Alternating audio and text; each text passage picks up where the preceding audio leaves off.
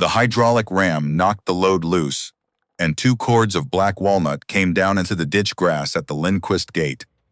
The driver never came out of the cab. He lifted 2 fingers off the wheel and pulled away down the gravel, and the pile lay there steaming in the March cold. Every slab in it crooked, forked, or twisted through the grain. Every slab rejected by a casket factory that had been throwing this wood away for 16 years. A woman stood in the driveway watching it, a coffee mug gone cold in her hand. Her grandfather's canvas coat hung too big across her shoulders. He had been dead 4 months.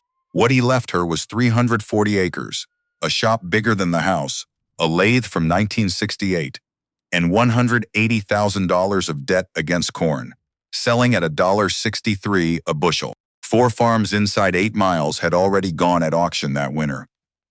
There was a letter waiting in the house from the bank in Albion, and it did not say anything except come in and sit down. She was 26 years old. She had been 26 for 11 days. She crossed the frozen yard, reached into the pile, and lifted out a slab about 30 inches long. She turned it slowly into the flat gray light. The grain inside it curled around itself like water going past a rock. She had been 11, the first time her grandfather put a piece like that in front of her, and made her sit and look at it for 3 days, before he let her touch it with a knife. In the shop behind the house, 31 finished stocks hung along the north wall, oil dark, catching what light came through the window. Every one of them cut from wood a factory had thrown into a ditch. Her grandfather had sold 2 in his lifetime. 2 for $80 apiece. Nobody in that county knew what was hanging on that wall. She set the slab on the workbench and stood there a long time before she reached for the light. On a Tuesday morning in March of 1987, a flatbed truck backed up to the gate of the Lindquist place in Boone County, Nebraska, and let a load of walnut fall into the ditch grass. The driver never came down out of the cab.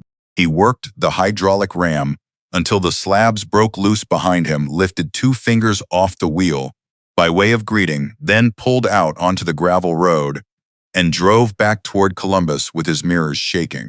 Greta Lindquist stood in the driveway in her grandfather's canvas coat with a cup of coffee that had gone cold 20 minutes earlier, watching the last piece roll off the pile and come to rest against a fence post. 2 cords, more or less. Some of the pieces 4 feet long, some of them barely 8 inches wide, every last one of them crooked or forked or twisted through the grain in a way that made it useless to the men who had loaded it. The pile steamed a little in the cold. It smelled like fresh-cut walnut, which is one of the finest smells on earth if you understand what walnut can be, and one of the cruelest smells on earth if you are 26 years old, with a farm sinking under you, and no idea yet what you are going to do about any of it. She was 26 that morning. She had been 26 for 11 days. The place ran to 340 acres of Boone County dirt, most of it corn ground, some of it too rolling, to be good for anything but pasture and hay.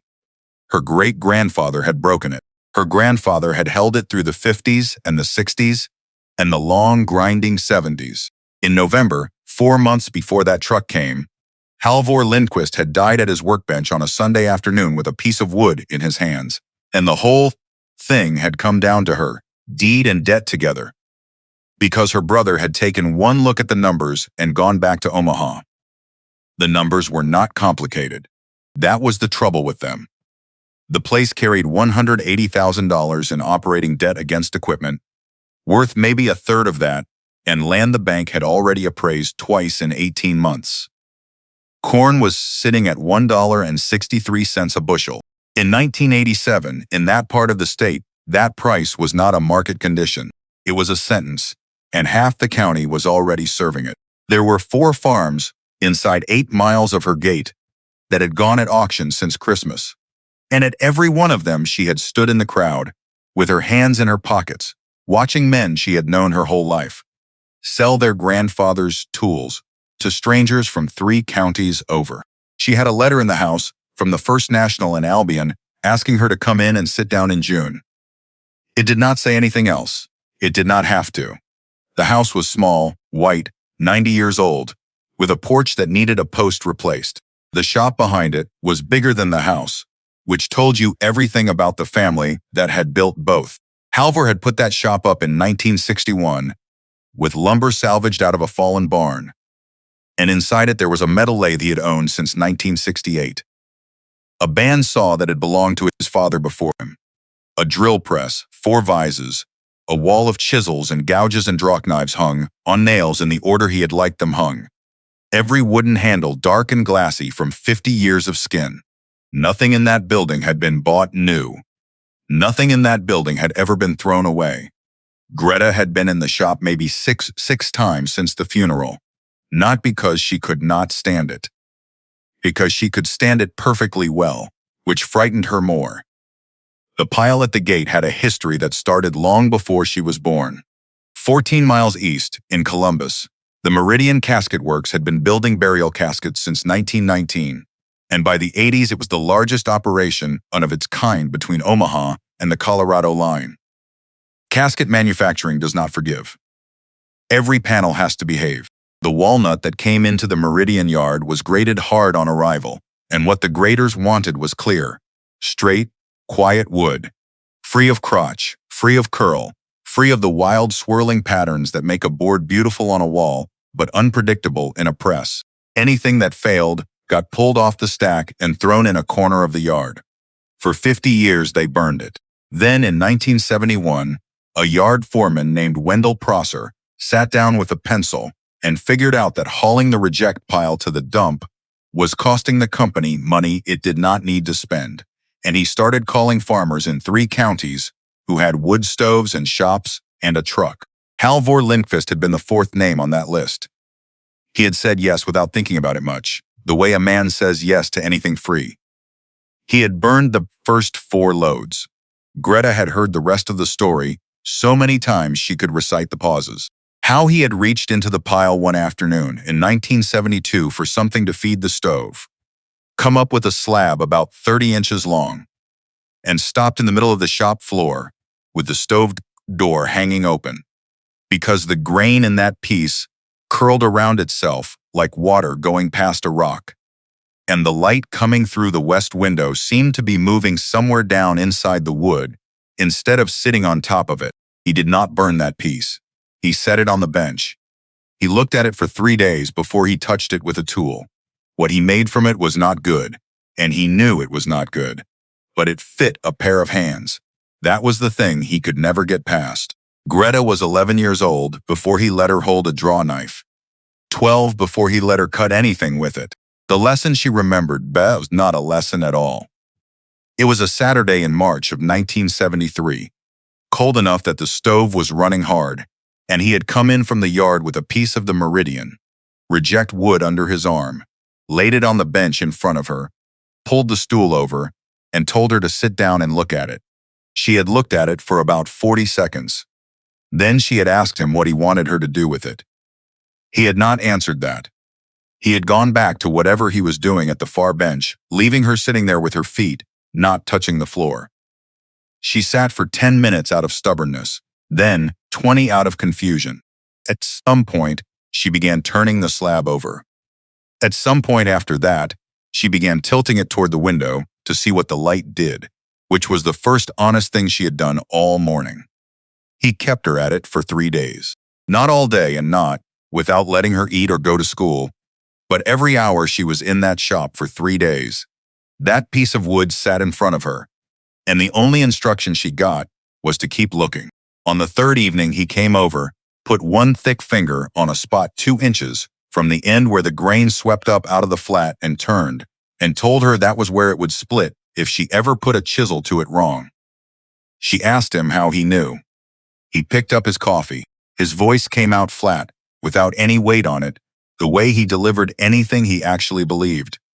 Because I ruined 11 pieces before I learned to see it, and you just saved yourself 9 of them by sitting on that stool. 14 years later, she could look at the end grain of a Boone County walnut slab the way a doctor looks at film on a light box. The density of the rings that meant slow growth on a hard hillside. The rays that ran across the grain and told you whether a piece would hold its shape or fight you every winter of its life. The run out at the edges that showed exactly where the wood was strong. exactly where it wanted to come apart. She knew that the local walnut, the trees that grew crowded in the river breaks and along the fence hedges, where the wind bent them for 80 years, took oil differently than the plantation-grown wood the catalogs sold. She knew it needed 2 years of air drying for every inch of thickness in that climate, and that anybody who told you otherwise had never opened a piece in February and found a check running down the middle of 9 months of work. She knew because she had ruined 23 of them. Halvor kept a running count in the back of the third ledger with no comment beside any of the entries except the date, which was somehow worse than a comment. She had made her first complete stock blank at 15. She had made her best 2 weeks before he died, and he had held it up under the window for a long time without saying anything, then set it down and gone back to work, which from him was closer to a parade than anything she was ever going to get.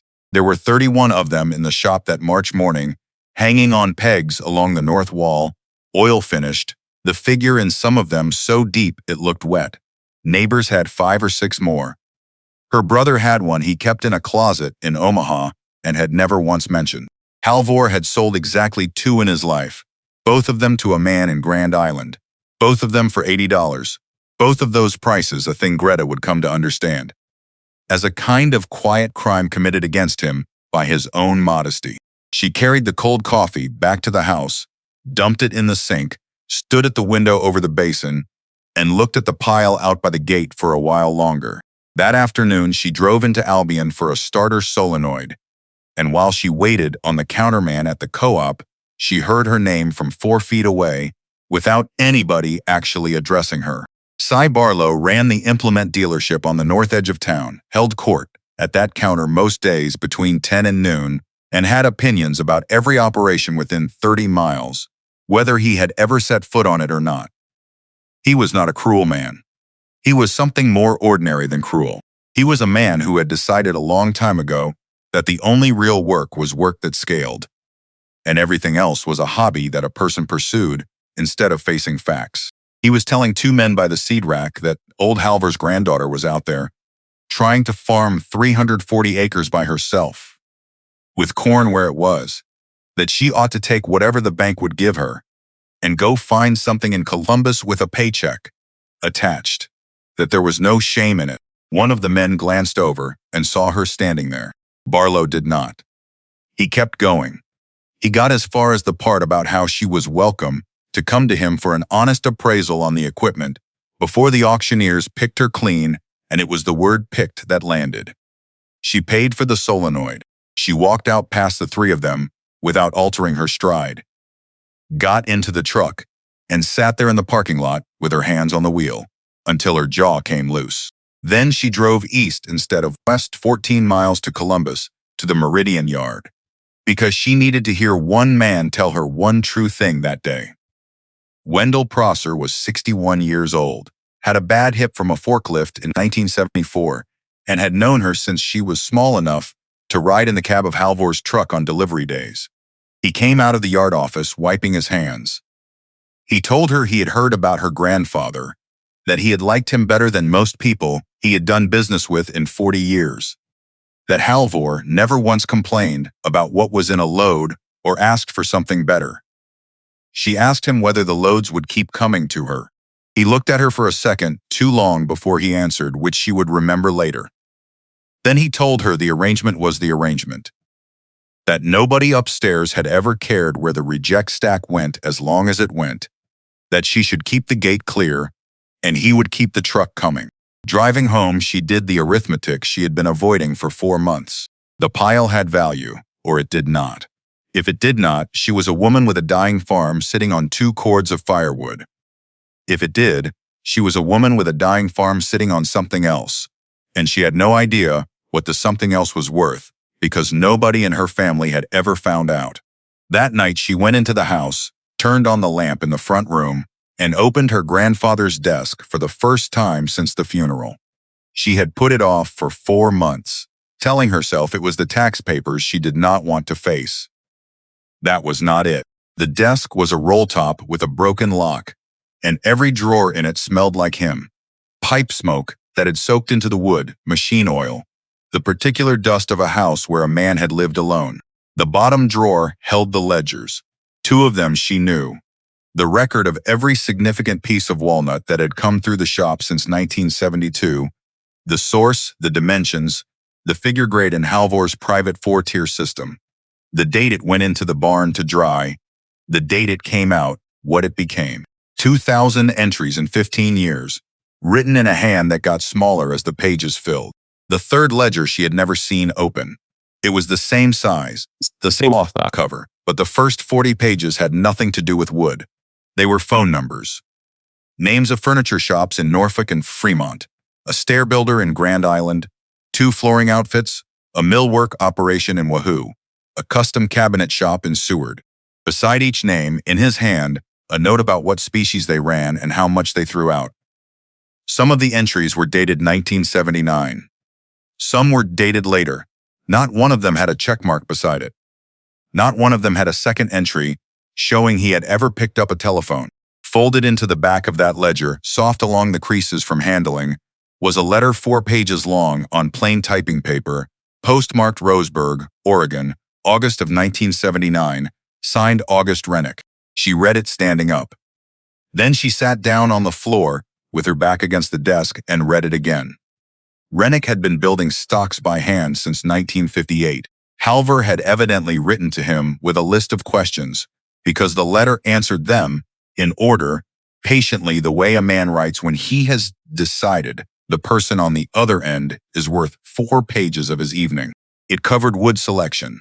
It covered the geometry of a stock, the relationship between the length of pull and the height of the comb, the way a stock has to answer to an actual human body in a way that factory work never bothers to. It described the shift in the market, the rising cost of good walnut, the European furniture buyers, and the overseas mills bidding American black walnut away from American makers, the way domestic manufacturers had responded by going thin and plain and synthetic, and the way that response had cracked open a space at the top of the market that a small number of men were filling at $400 a stock and climbing. On the third page, Rennick had written the sentence that put Greta Lindqvist on the floor of her grandfather's front room at 11 o'clock at night, with her hand over her mouth. He wrote that regional walnut, cut from one geography, dried and worked over years by somebody who understood the specific behavior of that particular wood, was worth more in the trade than generic imported blanks, because the man working it possessed knowledge that could not be purchased, only accumulated. He wrote that Halvor should stop treating it as something he did after chores. He wrote that there was a market waiting, that it was small. That small was not the same as poor. The letter closed with an offer to answer anything else Halvor wanted to ask. Greta went back through the desk. She went through every drawer, every folder, the metal box where he kept the tax records, the coffee can on the shelf where he kept receipts. There was no carbon, no draft, no envelope, nothing. In 7 years, he had never written back. She sat there a long time. She was not angry at first. What came first was something closer to vertigo, the floor tilting, because for 14 years, she had believed her grandfather worked in that shop for the reason he gave, which was that a man ought to have something to do with his hands in the evening. Now she was holding 4 pages that said he had known. He had known in 1979 what the wood was, what the market was, what he could have been. He had put the letter in a ledger, filled 40 pages with the names of shops he never called, gone out to the barn, stacked another season of walnut to dry, then died in November with $180,000 of debt on the place and 31 stocks hanging on a wall. The anger arrived around 1 in the morning, and it did not arrive the way she expected. She was not angry that he had failed. She was angry that he had never even tried, that he had spent 7 years being right in private, that the thing standing between the Lindqvist family and something better had never been the wood or the market or the county. She said it out loud to an empty house because there was nobody left to say it to. He had the hands, he just never had the nerve. Then she said something else, quieter, which was the first fair thought she had that night, that it is one thing to know what you are worth. It is another thing entirely to make a stranger look at it. She did not sleep. Around 4, she went out to the shop, turned on the lights, and started pulling stalks off the north wall. For the next 3 weeks, she worked the farm in daylight and worked the problem after dark. In late March, she drove to Columbus with 4 of the best pieces wrapped in moving blankets in the back seat, laid them out on the hood of the truck in the parking lot of a drugstore at 10 in the morning, and shot 2 rolls of film with Halvor's 35mm camera. Cloudy light, no flash. The wood turned at 4 different angles because she had learned by then. That figure does not photograph the way it looks. She paid for the developing out of grocery money. 4 days later, she picked up the prints, sat in the truck, and went through them one at a time. 12 of them were good. 2 of them were better than good. In one of them, the curl in a piece of crotch-figured walnut came up off the paper in a way that made the drugstore clerk lean over the counter and ask what it was a picture of. She had a trade directory that Halvor had ordered in 1981 and never marked up. 60 pages of custom rifle builders, gunsmiths, sporting goods dealers, and stock suppliers listed by state. She went through it at the kitchen table over 2 nights with a legal pad. Crossed off the ones that advertised their own wood. Crossed off the biggest names, because she did not want the first person to see her work to be somebody who saw 50 pieces a week. Then made a list of 12, 4 custom builders, 5 gun shops, 2 dealers, 1 man in Oregon. She wrote to Rennick first.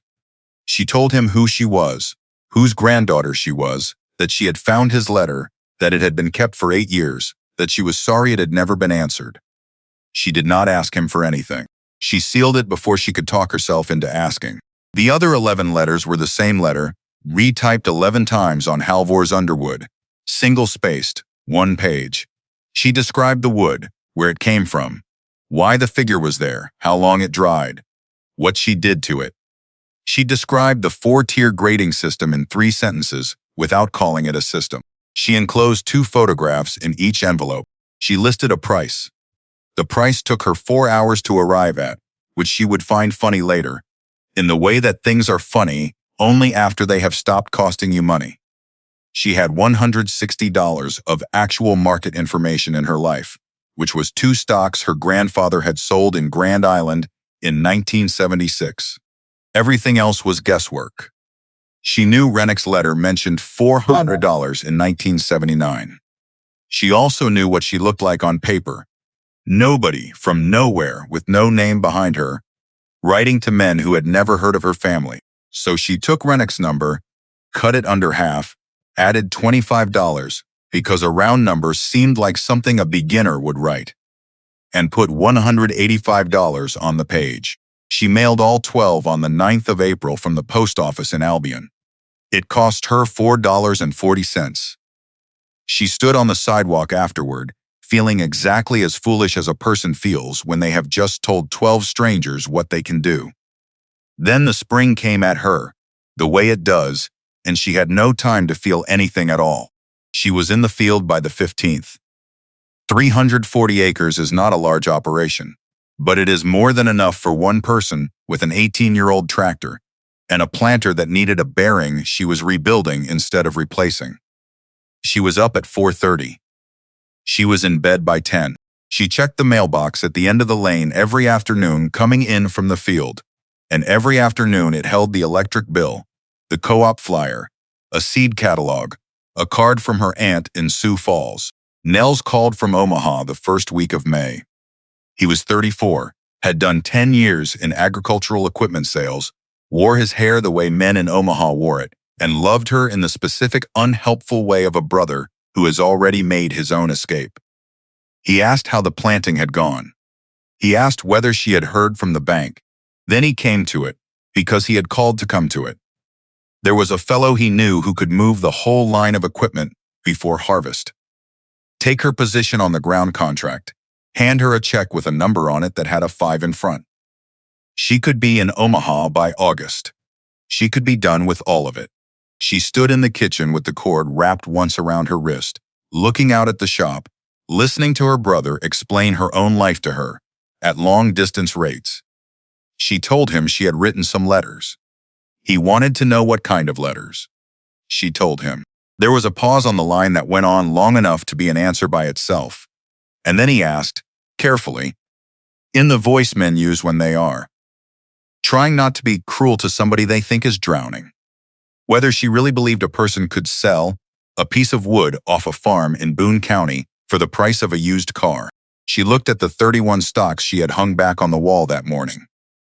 Grandpa believed it in 1979, her thumb working the cord flat against the counter. He just never mailed the letter. I mailed the letter. Nels let it go. He told her to call him when the bank set a date. He told her he loved her. Both of those things were true, and neither of them was any use to her at all. The first answer came on the 16th of May. It was a polite rejection from a gun shop in Sioux City, 3 sentences, thanking her for the inquiry and explaining that they had a supplier arrangement in place. The second came 4 days later from a dealer in Kansas, almost identical, with the additional information that they were not currently taking on new sources. She read them both twice, put them in the drawer, went back out to the field. On the 28th of May, a man in Wisconsin wrote to ask what her lead time was on 20 pieces. She answered that same night. She never heard from him again. June came. 8 envelopes had produced nothing at all, which she understood was not a rejection so much as a verdict about whether she existed. She went to the bank on the 11th. The meeting lasted 40 minutes. The loan officer was decent about it, which somehow made the room worse, and what he told her came down to this. The operating note would not be renewed at the current level in the fall unless the position improved. Not could not. Would not. He used the phrase demonstrated ability to service. He said there was no need to make any decisions in June, that a person had until harvest, that he had known her grandfather. She drove home with the windows down. She did not cry in the parking lot, or on the highway, or in her own driveway. She got out of the truck, walked past the house, went into the shop, sat on the stool at the north bench, where she had sat when she was 12 years old, and put her hands flat on the wood. The mail that day was in her coat pocket. She had picked it up on the way through Albion without looking at it. There were 3 pieces: the bill from the implement dealer, a church newsletter, and a business envelope from Scottsdale, Arizona, addressed in a slanted architect's hand, with a return address that read Vance Stockwork and Rifle. Inside there were 2 things. The letter was 6 lines. It told her the photographs had come across his desk in April, that he had set them aside twice and gone back to them both times, which was not his habit. It told her that he had been looking for a reliable domestic walnut source for 3 years, and had not found one that could deliver figure with the grain running where it needed to run. It told her to send 6 pieces, his choice of dimensions, matched as closely as she could to the samples in the photographs. It said he would fit them himself, that he would call her afterward, that she should not take his silence in the meantime as anything but a man working.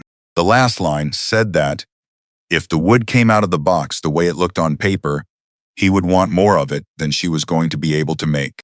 The second thing in the envelope was a check for $1,110, drawn on a bank in Maricopa County, signed Emery Vance. Greta sat on the stool in her grandfather's shop with a check in one hand for 6 pieces of wood that a casket factory had thrown into a ditch, and for about 90 seconds she was not able to make herself stand up. Then she stood up. She built those 6 stock blanks in 41 nights. 28 of them were nights after full days in the field. 9 were nights after days spent fixing something that had broken during the day in the field. 4 were rain days, all the way through, dark to dark, which were the only days that felt like enough. She started at 9 or 9:30 most evenings, when the light outside was finally gone, and the stove had the shop warm, and she worked until her hands began making decisions ahead of her head, which she had learned at 17 was the exact moment to put the tool down. She went into the barn on the first night and pulled 46 candidates off the drying racks. By the 3rd night, she was down to 19. By the end of the first week, she had 11 pieces laid out on the bench under the window, and she stood there with her arms crossed for the better part of an hour on a Sunday afternoon, looking at the end grain of each of them. because 6 was the number, and 11 was still 5 too many. She used Halvor's grading system, then went past it. His 4 tiers had been built for his own purposes, a shorthand a man uses talking to himself. She was picking now for somebody who was going to put a machine screw through this wood, hang 8 pounds of steel off it, and hand it to a customer who would carry it up a mountain. 2 of the 11 had figure that would have made anybody stop in the aisle at a show. Both of them had the figure running crosswise through the wrist, right where the whole load of a rifle passes through the narrowest part of the stock. She took both of them off the bench and put them back on the rack. That decision cost her nothing that night. It became, 4 months later, the single most valuable thing she had ever done. She cut the blanks oversize. She let them sit 3 days. She checked them, found a hair of movement in one, took that one out entirely, replaced it with a plainer piece that she knew in her bones would never fail. She shaped with the draw knife she had learned on. She used a spoke shave on the combs. She scraped instead of sanding wherever the figure went wild, because sandpaper on curl leaves the grain torn under the finish, where nobody sees it until the oil goes on and the whole surface comes up cloudy. There was one stretch in the second week when the heat came in and the shop would not cool below 90 after dark, so she moved the whole operation outside onto sawhorses under the yard light, working in a cloud of moths with a drop cord over her shoulder. And she would remember the sound of that summer for the rest of her life, which was the draw knife going through walnut, with 100 insects hitting a bulb above her head. She oiled them by hand, 7 coats, 48 hours between coats, rubbing each one out with her palm until the friction got hot enough to hurt. On the last night, she carried all 6 out to the middle of the floor, stood them against the bench in a row, turned off the overheads, and lit them with the single lamp on the wall, the way she had watched her grandfather do 100 times without ever asking why.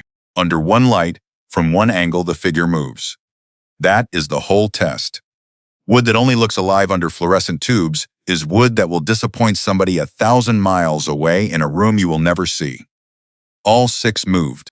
She built the crate the next morning out of scrap pine, packed the blanks in newspaper and old bath towels, weighed the whole thing on the feed scale in the barn, drove it to the depot in Columbus, and paid $31 to ship it.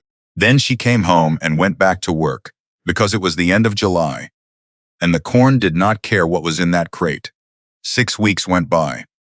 She would remember that stretch as the longest of her life to that point, longer than the 4 months after the funeral, because grief has a shape to it and waiting does not. She hoed beans. She rebuilt a hydraulic cylinder. She fixed the porch post. She caught herself, twice, standing still in the middle of a task, with her hands hanging, calculating the number of days it takes a man in Arizona to inlet 6 stocks. She stopped going out to the shop in the evenings entirely, because the north wall was empty now where the best 6 had hung, and she found she did not like looking at it. On the 3rd of September, a Thursday, at 6:40, in the evening, with the light going amber across the yard and the kitchen window open, the phone rang. The voice on the other end was older than she expected, dry, unhurried, a West Texas, underneath it that 50 years in Arizona had sanded down without removing. He confirmed her name. He told her he had the 6 pieces on his bench in front of him at that moment, 3 of them already inletted, that he had been at it 11 days. Then he went through them one at a time in order for 6 or 7 minutes with the particular thoroughness of a man who has decided the person on the other end of the line is capable of hearing the whole truth. Number 4 had a grain orientation through the wrist that he was not going to use on a rifle built for hard country. He said it plainly, without softening it, and he said it was not a defect in the wood, it was a defect in the choice. And she would know why the moment she thought about it. Then he told her that the other 5 were the best domestic blanks he had put a chisel into in 10 years. He told her that the figure in the second one had made him get up and carry it to a window. He told her that the wood cut clean, that it took an edge the way properly seasoned material does, that whoever had dried it had not been in a hurry, which in his experience was the rarest quality in American walnut, and could not be faked at any price. She was standing at the counter with the receiver against her ear, one hand flat on the formica, not saying anything, because if she opened her mouth, she was not sure what was going to come out of it. Then he said the thing that changed the rest of her life, and he said it in a tone of mild irritation, like a man correcting a bill. Now I'm going to tell you what's wrong with your operation. A chair moved on the other end. Your price is an insult, not to me, to you. She got out 4 words. It's what I calculated. Then you calculated with bad numbers, because you didn't have any. He let that sit for a second. I've got a customer who will pay $2,800 for a rifle, with the second piece on it. The wood is carrying at least 350 of that. I could pay you $185 and sleep fine for about 2 years. Right up until the morning, you figure out what you've got and quit on me. I don't want to buy cheap from somebody who's going to disappear. He told her the number. $275 apiece. Standard, everything in that grade or above. He told her he wanted 12 more before the end of the year, that he would keep the 4th piece for a shotgun of his own rather than send it back, that he wanted right of first refusal on her production for as long as she cared to give it to him, and that if she ever got a piece she thought was exceptional, she was to call him before she called anybody, at any price she named. She heard herself ask him why he was telling her any of this. Men did not generally talk themselves into paying more. There was a pause on the line, long enough that she thought the connection had dropped. Because in 1961 I sold 12 rifles for less than the steel cost me, and the man who could have told me stood right there and didn't. Took me 9 years to get that back. Something set down hard on a bench in Arizona. You're 26. You've got 100 years of that wood behind you and no idea what it's worth. Somebody's going to tell you. It might as well be somebody who wants you to still be there in 10 years. After she hung up, she stood in the kitchen for a while without turning on the lights. What he had given her was not a better price. She understood that even that night, standing there with the receiver still warm in the cradle, he had given her a location. For 14 years, she had been working in a room with no windows, doing something skillfully with absolutely no way to know how skillfully, judging her own work against her own work, which is a closed circuit that will keep a person honest but will never make them accurate. Halvor had lived his whole life inside that circuit. He had gotten 1 letter from Oregon in 1979 telling him where he actually stood, and it had frightened him so badly that he filed it in a ledger and never touched a stamp. She got the same information at 26, over a telephone, from a stranger in Scottsdale, and the difference between her grandfather and herself would come down to nothing more complicated than what each of them did in the following week. She did the arithmetic at the kitchen table with a pencil. 12 blanks at $275 was $3,300. Against $180,000 of debt, it was not a rescue. It was not even close enough to a rescue to be worth the word. If she gave that number to the loan officer in Albion, he would write it down politely, thank her, then set the same appointment for the fall. She sat with that for a long time. Then she turned the pencil around and worked it from the other end, which was the first time she ever thought about the thing the way a manufacturer thinks about it, instead of the way a farmer thinks about it. 12 pieces was what one man in one shop in Arizona could absorb in 6 months. There were roughly 1,100 names in that directory. She had written to 11 of them and gotten one. If the rate held, and it would not, but if it held, 60 letters was 6 customers, and 6 customers was 72 pieces a year, and 72 pieces at $275 was $19,800 off the back end of a barn, full of wood that arrived at her gate for free. $19,800 was not a rescue either. It was something better than a rescue. It was a demonstrated ability to service. She looked at the phone. It was after 11.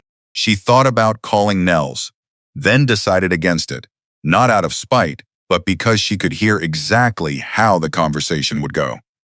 And she was not interested in defending something that was 5 hours old. Instead, she went to the drawer, took out the check from Arizona, and looked at it for a while. She had not cashed it.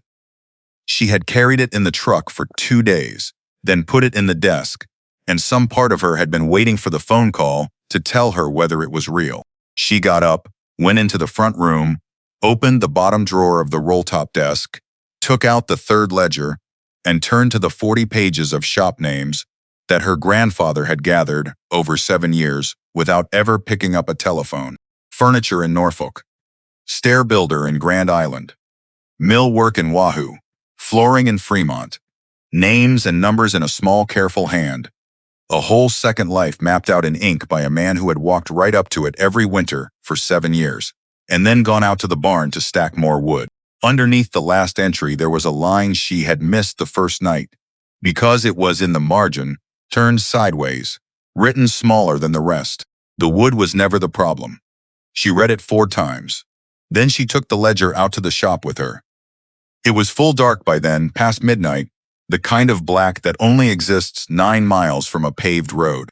She crossed the yard with the ledger under her arm, and out at the gate the March pile had gone down by maybe a third, the rest of it silvering on the outside the way walnut does when weather gets at it, hiding what it was under a gray skin.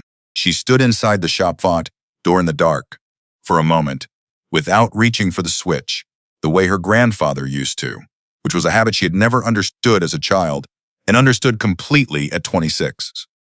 You stand in the dark first, so that when the lights come on, you see the room instead of just walking through it.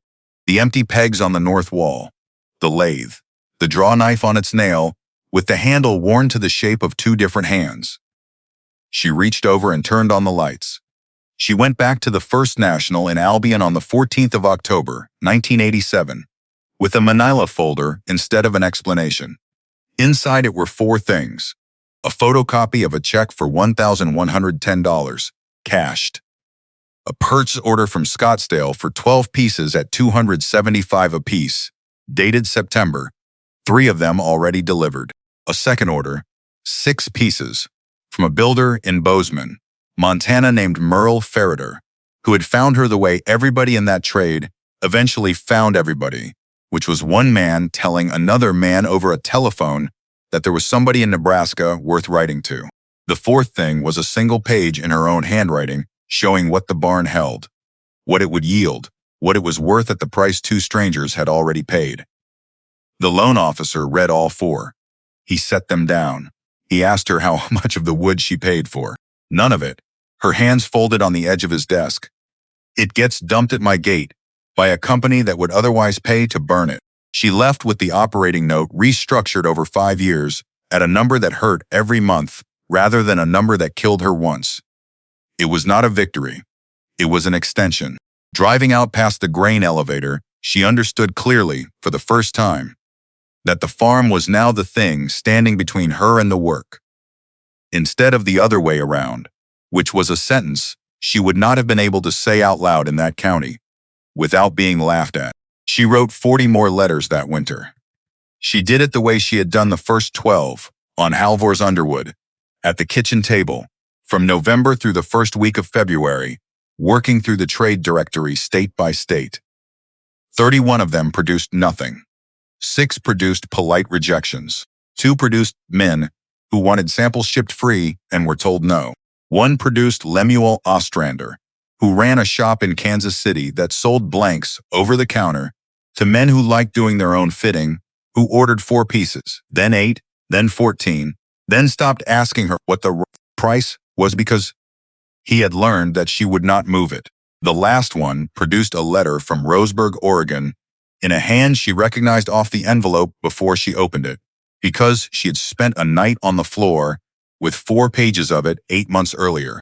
August Rennick was 71 years old by then, still working, cutting his own checkering.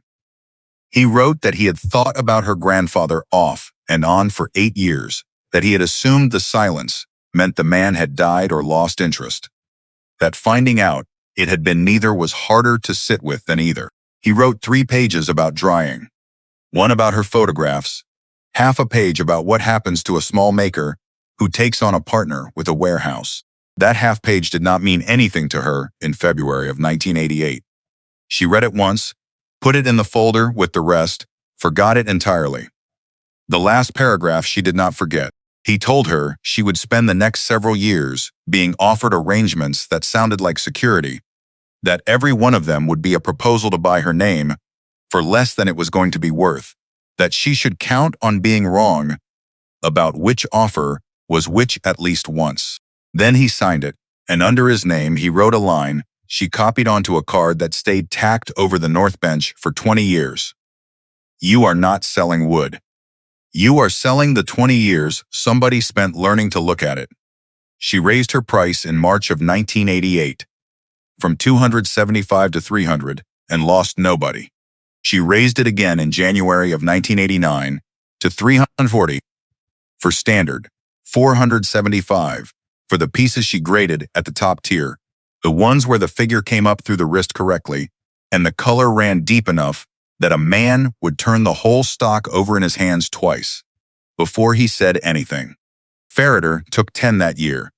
Ostrander took 22. Vance took 18, then wrote in October asking whether she had ever thought about what would happen if she got sick. A bespoke builder in Pennsylvania, named Bertrand Hollenbeck, found her through Ostrander in the spring of 1989. He built 4 or 5 rifles a year for men with money who wanted American walnut that behaved like the imported material they had seen in European catalogs, meaning deep, figured, with the color variation that only shows up in wood dried slowly by somebody who had no reason to rush. He bought 6 pieces the first year. He paid without being asked twice, which in that business made him rare. There was a 5th man that year who lasted 6 weeks. He ran a shop in Michigan, ordered 3 pieces, then called in June, wanting to know whether she could supply him with fiddlebacks, specifically a dozen a year, matched close enough that 2 rifles built 18 months apart would look like brothers. She told him no. She told him the figure in a piece of walnut is the tree's own record of everything that happened to it, that she could not order it any more than he could order a particular October, that what she sold was the certainty that the piece would be exceptional, without any promise about how. He wanted to know what he was paying for then. She heard herself answer before she had decided to. You're paying to be surprised by something better than what you'd have thought to ask for. He canceled. She let him go without a second letter, then stood at the window afterward, wondering whether she had just turned down $4,000 a year, out of principle, or out of pride, unable to tell the two apart, aware that she would be finding out one way or the other. 4 customers. That was the whole operation in 1989. A farm in Boone County, a barn full of racked walnut, 4 telephone numbers on a card by the wall phone in the kitchen. She built 104 blanks that year. Her gross from wood was $39,200. The farm, 340 acres, worked by one woman, with an 18-year-old tractor, in the 4th year of the worst commodity stretch since the Depression, cleared $14,100. She did that arithmetic in December at the same kitchen table where she had once sat with a pencil calculating what 60 letters might be worth. And the 2 numbers sat there on the legal pad looking at each other, and something in her rearranged itself permanently. She did not stop farming. She was 28 years old. She had been raised by a man who believed land was the only real thing. That belief was in her spine, not her head, where it could not be argued with. But she stopped thinking of the shop as the thing she did after the day was over. She rented out 90 acres of the rolling ground to the Halvorson place that spring, which freed up 11 days a season. She spent all 11 of them in the shop. Old Rolf Halvorson came over to sign the lease at her kitchen table, then sat there afterward with his hat on his knee for 20 minutes, working his way around to something. What he finally said was that his father had bought a stock off Halvor in 1968 for $40, that it was still on a rifle in his closet, that his own son had asked about it at Thanksgiving. He wanted to know whether she would look at it sometime and tell him what it was. She told him to bring it over. He never did. Men in that county did not bring things over.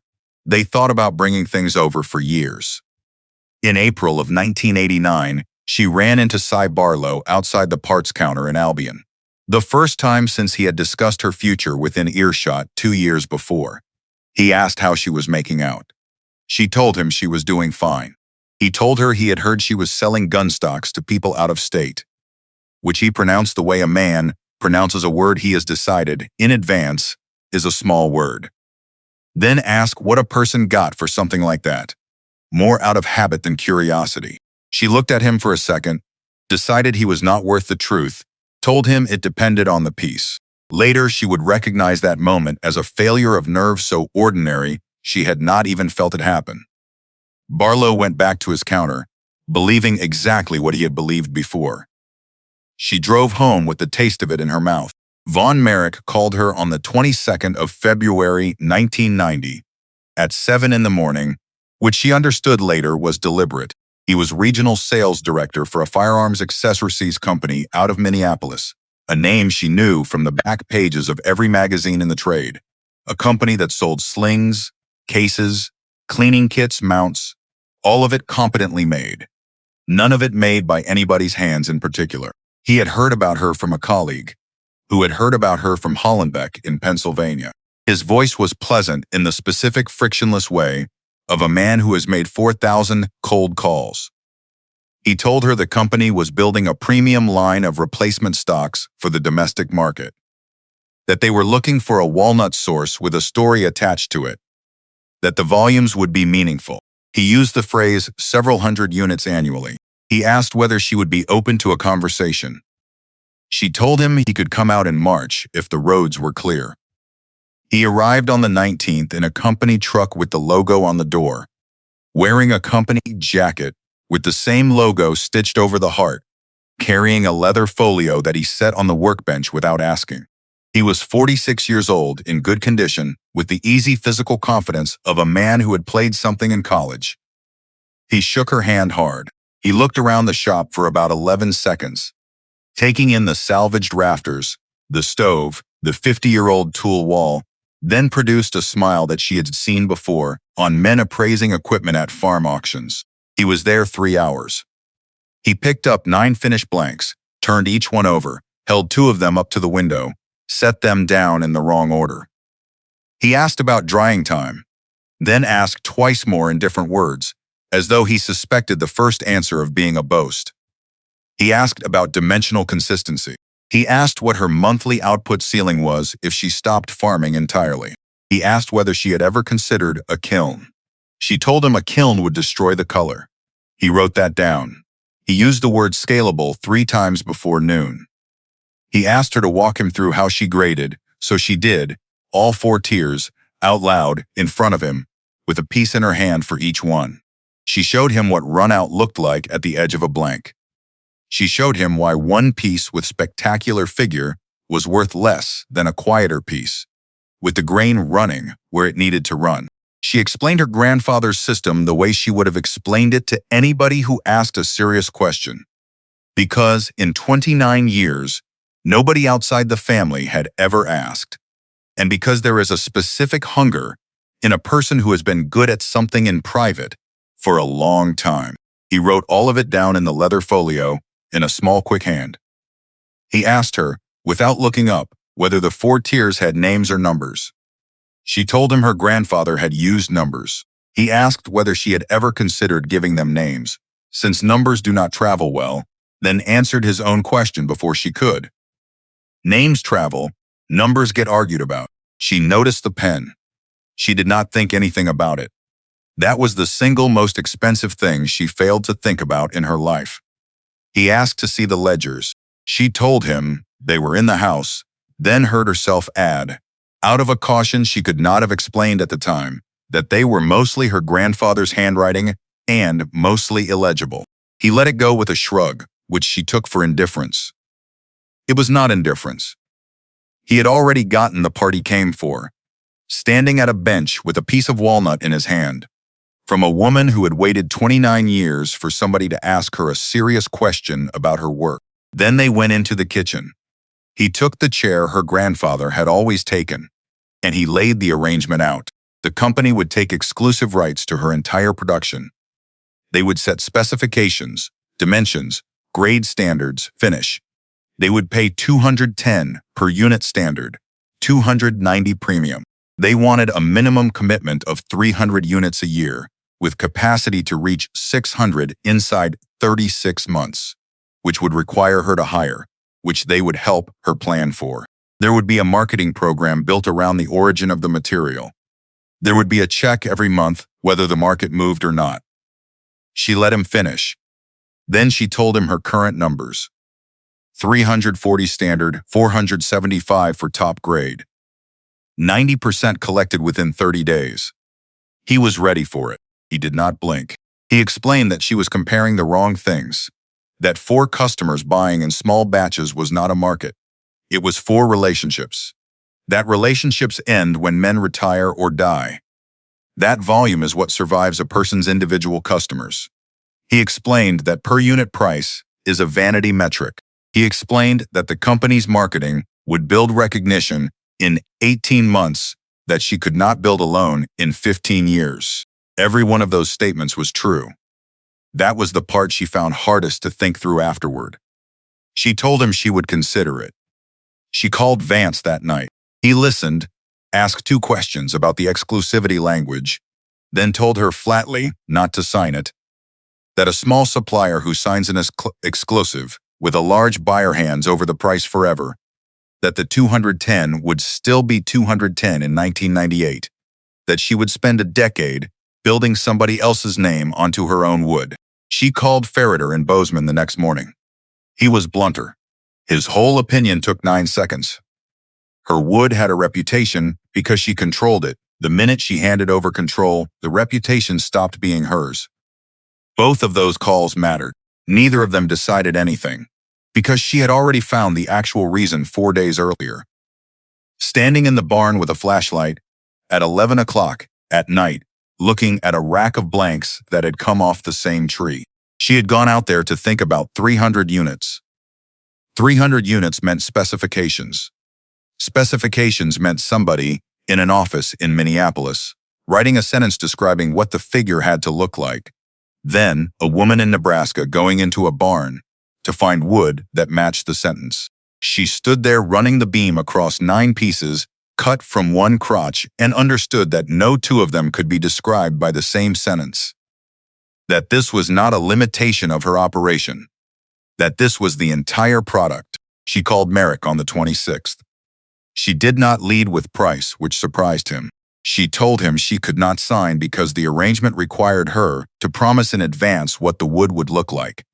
That the figure in a walnut tree is a record of 80 years of the tree's own history, wind, injury, competition for light on a riverbank, that it cannot be ordered, only found. She told him she sold uncertainty on purpose, that her customers paid a premium precisely because they did not know exactly what was coming until the crate was open. There was a silence on the line while he decided which version of himself to be. He chose reasonable first. He told her that was a beautiful way to describe a supply problem. He told her that every craftsman he had ever met had said something similar right up until the moment the market taught them otherwise.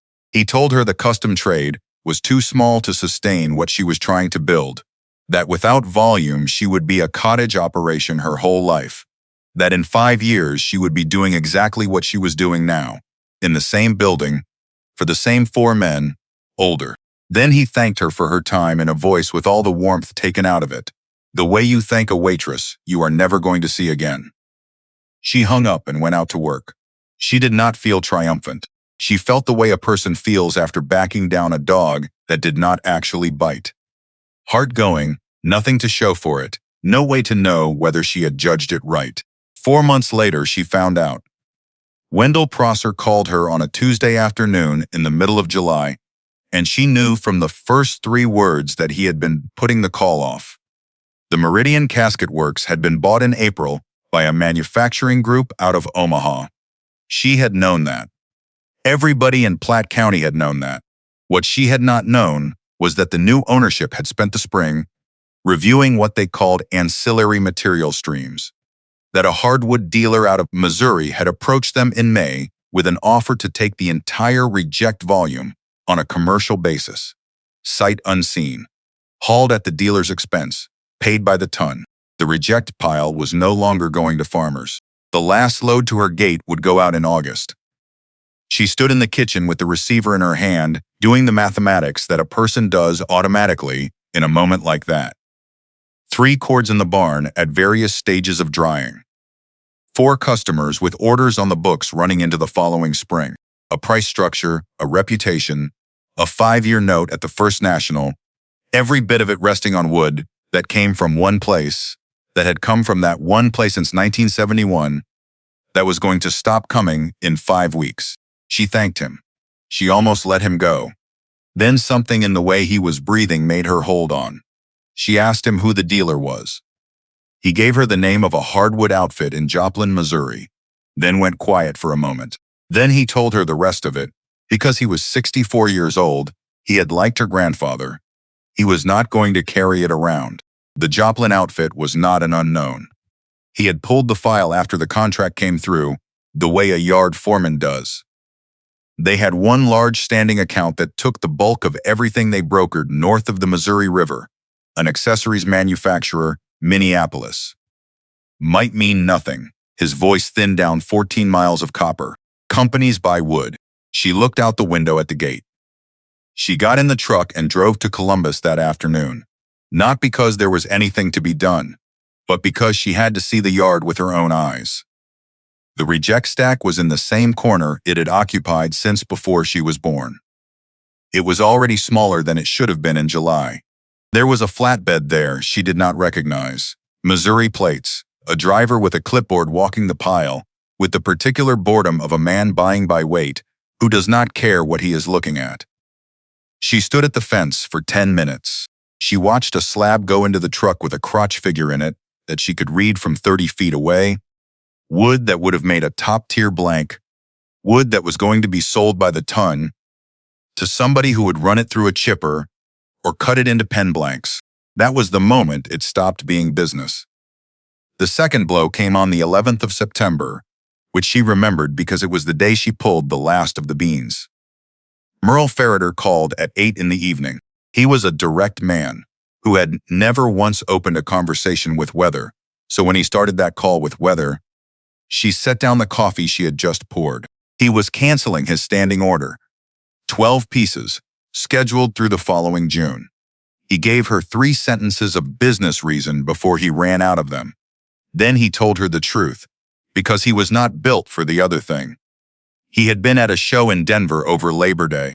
A man from an accessories company had spent 20 minutes with him at the booth, friendly, well-informed, and in the course of that 20 minutes had mentioned, with regret, that the Nebraska source everybody was excited about had lost her material stream in the spring, that the casket contract had gone commercial, that she had perhaps 2 years of inventory and no pipeline, that it was a shame because the wood was genuinely good. He had said it the way a man says something he wishes were not true.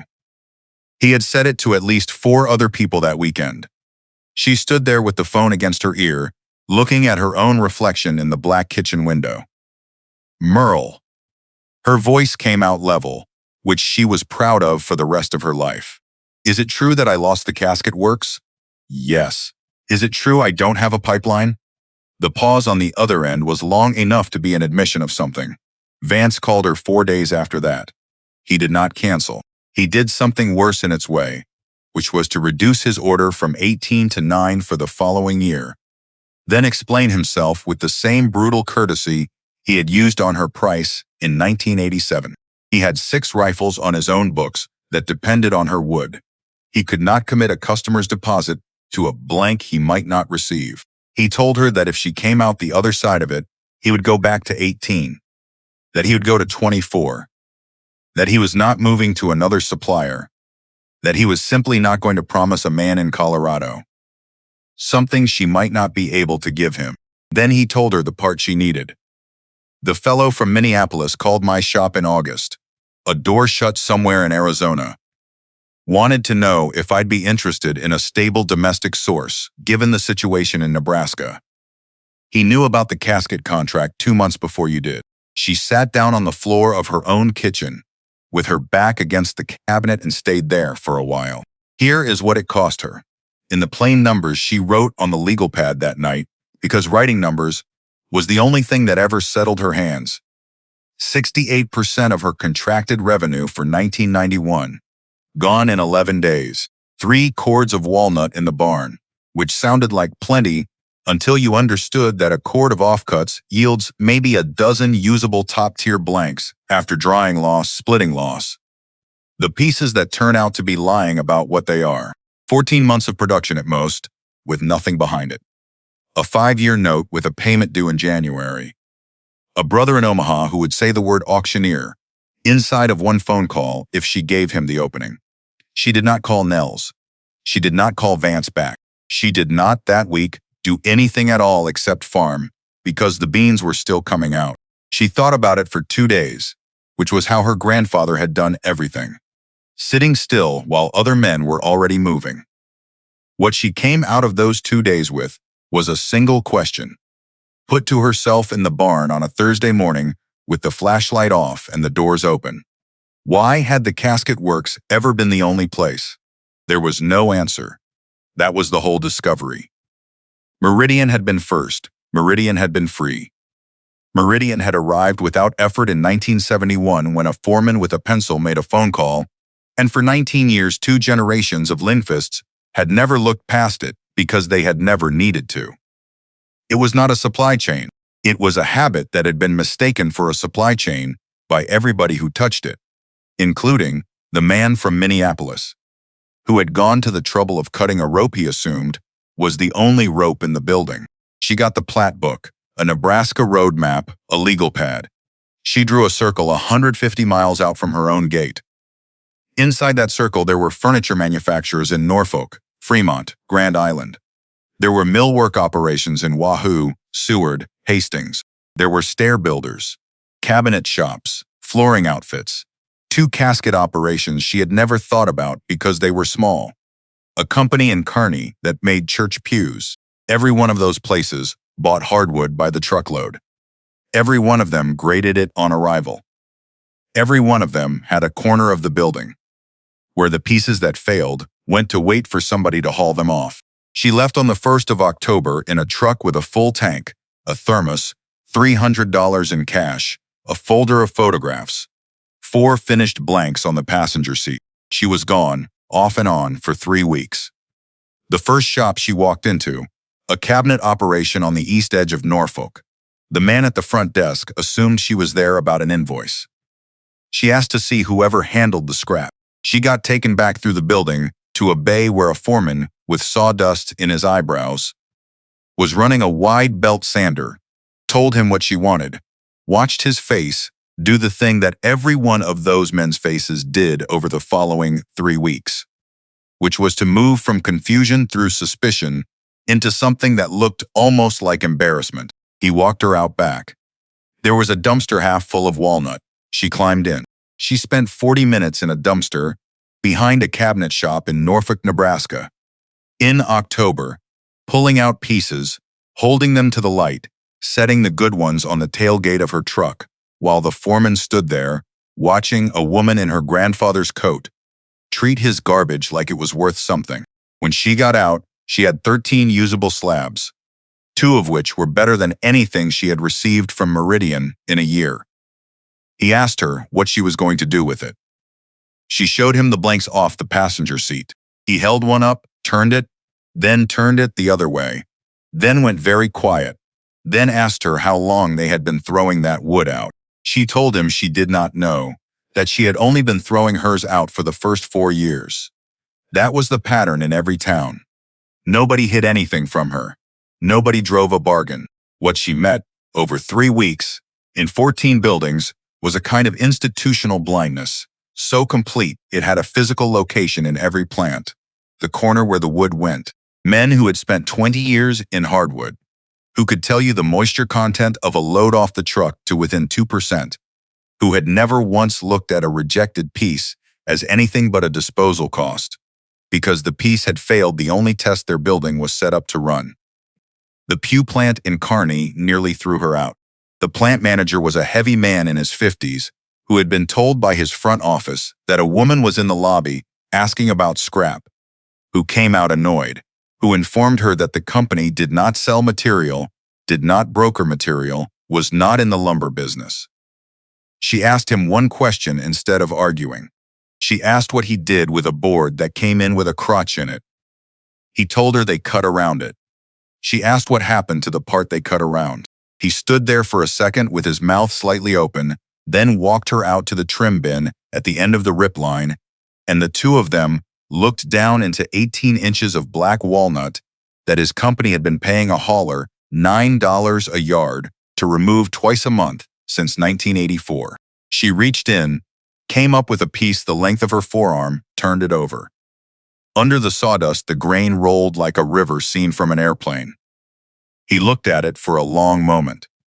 Then he asked her, in a completely different voice, whether she was telling him he had been paying a man to take that away. She told him yes, but that it was not his fault, that his building was built to reject it, that a plant is a machine for finding one kind of wood, that everything the machine rejects becomes invisible to everyone standing inside it. 5 of the shops told her to take whatever she wanted free, that she would be doing them a favor on the hauling. 2 of them wanted to be paid, which she preferred, because a transaction has a memory that a favor does not.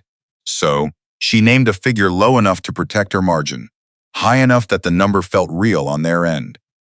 One outfit in Hastings had a standing arrangement with a mulch company and could not break it.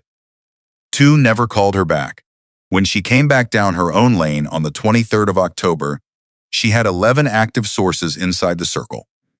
7 of them under some kind of standing arrangement, 4 of them wanting a call before each pickup.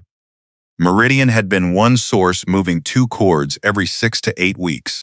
The 11 together moved more than that, out of a wider geography, off different trees, with more variety in the figure than she had seen in her life.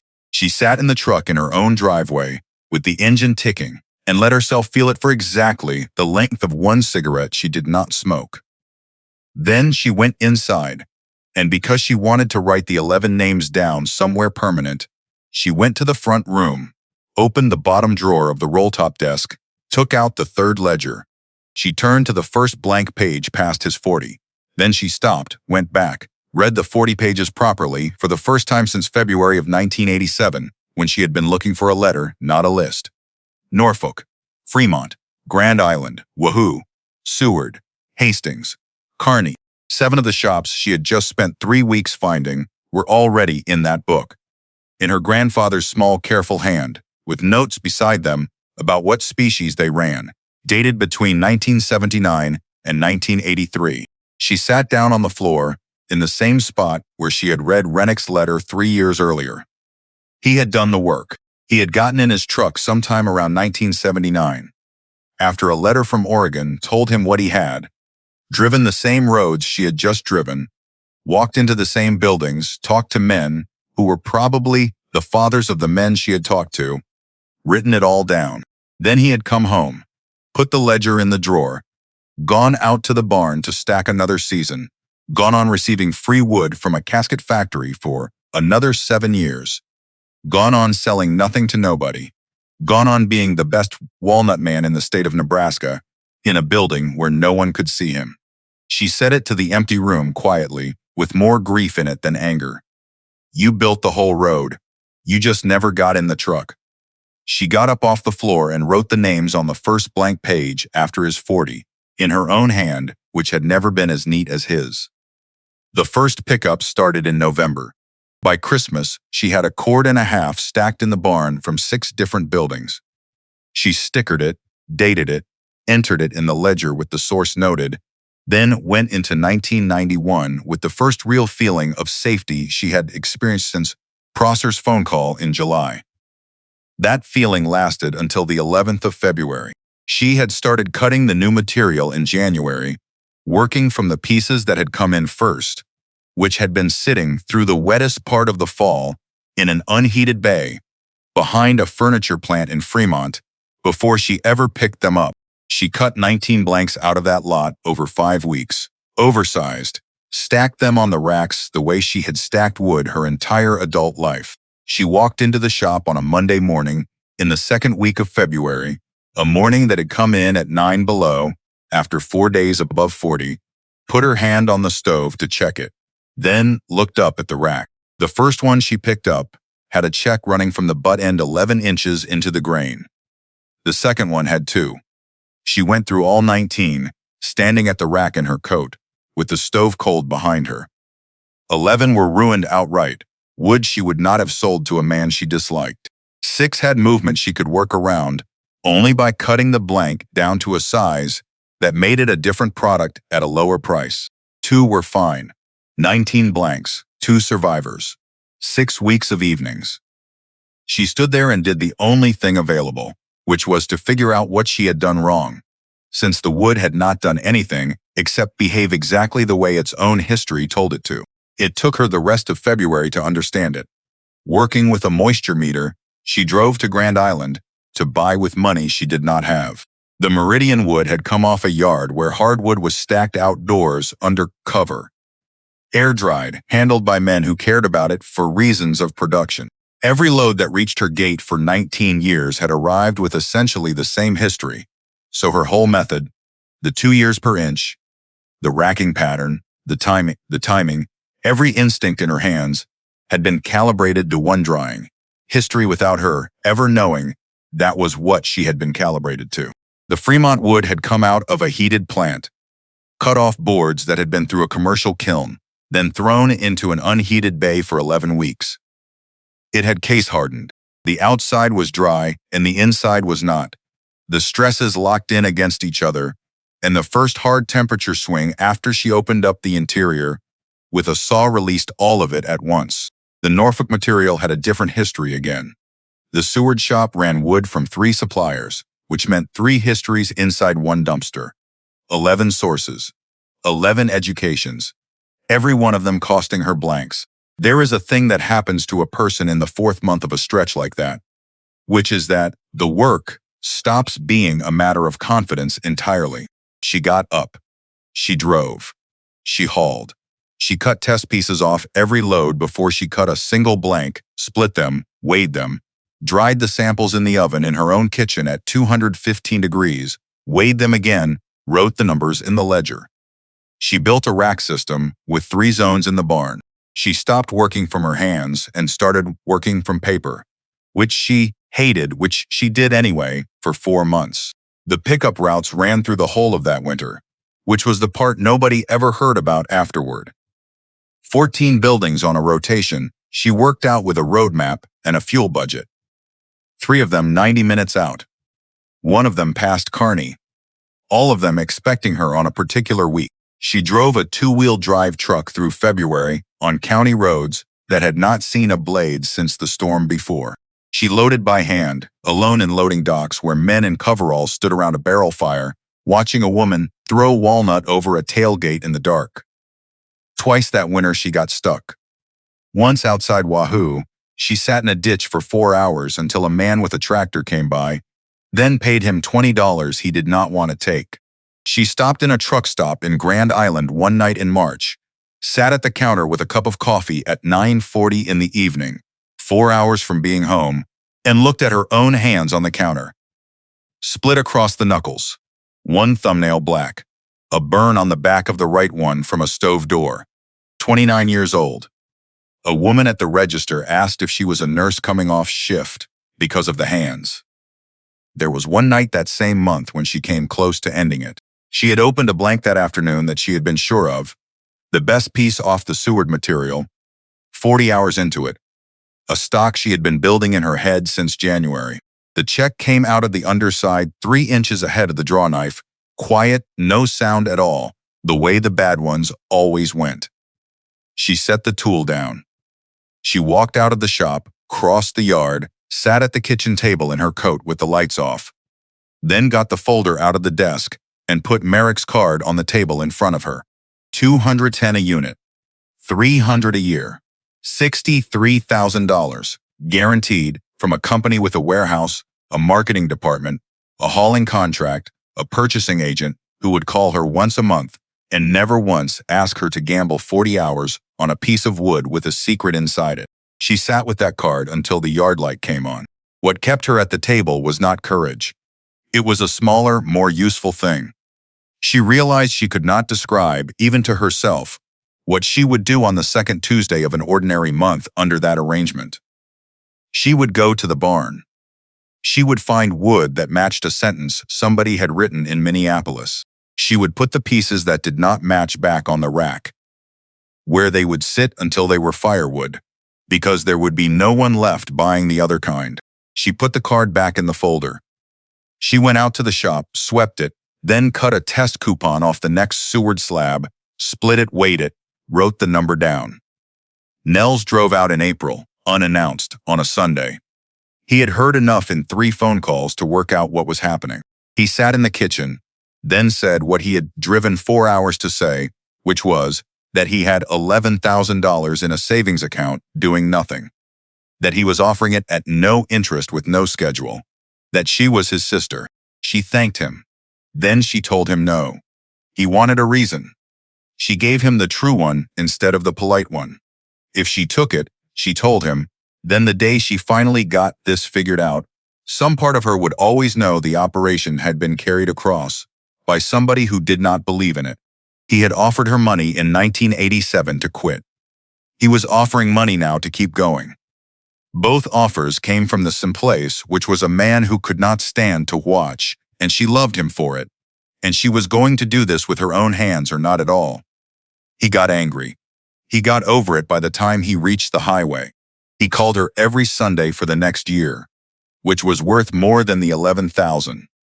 By June of 1991, she had lost 31 blanks to the learning. She sold the tractor in April. She bought a smaller one, 19 years old, with a loader that did not work, out of a farm sale near Cedar Rapids, and put the difference against the January note, plus the moisture meter, plus the fuel for a year of monthly pickup routes. She ate out of the freezer. She let the insurance on the truck go to liability. In May, she took a dozen of the 31 ruined blanks, cut them down into pen blanks and knife scales, sold the lot to a hobby dealer in Lincoln for $460, which she recorded in the ledger in a column she made for it, because her grandfather had never had a column for salvage. Ostrander in Kansas City carried her through the worst of it without ever knowing he was doing it.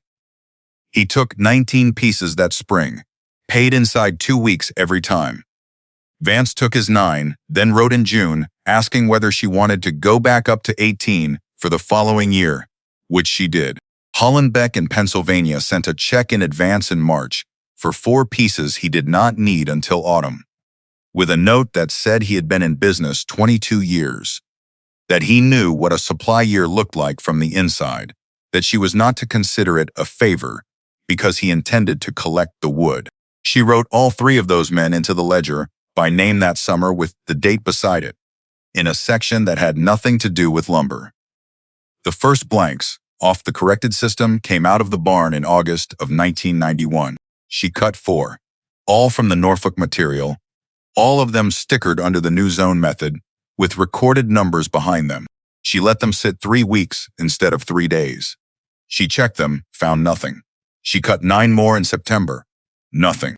In October, she opened up a slab that had come out of the Pew plant in Kearney, wood off a tree that had grown on a creek bank somewhere in Buffalo County, and found underneath the gray, weathered face the deepest fiddleback figure she had ever cut in her life, running the correct direction through the wrist, 12 inches of it, clean.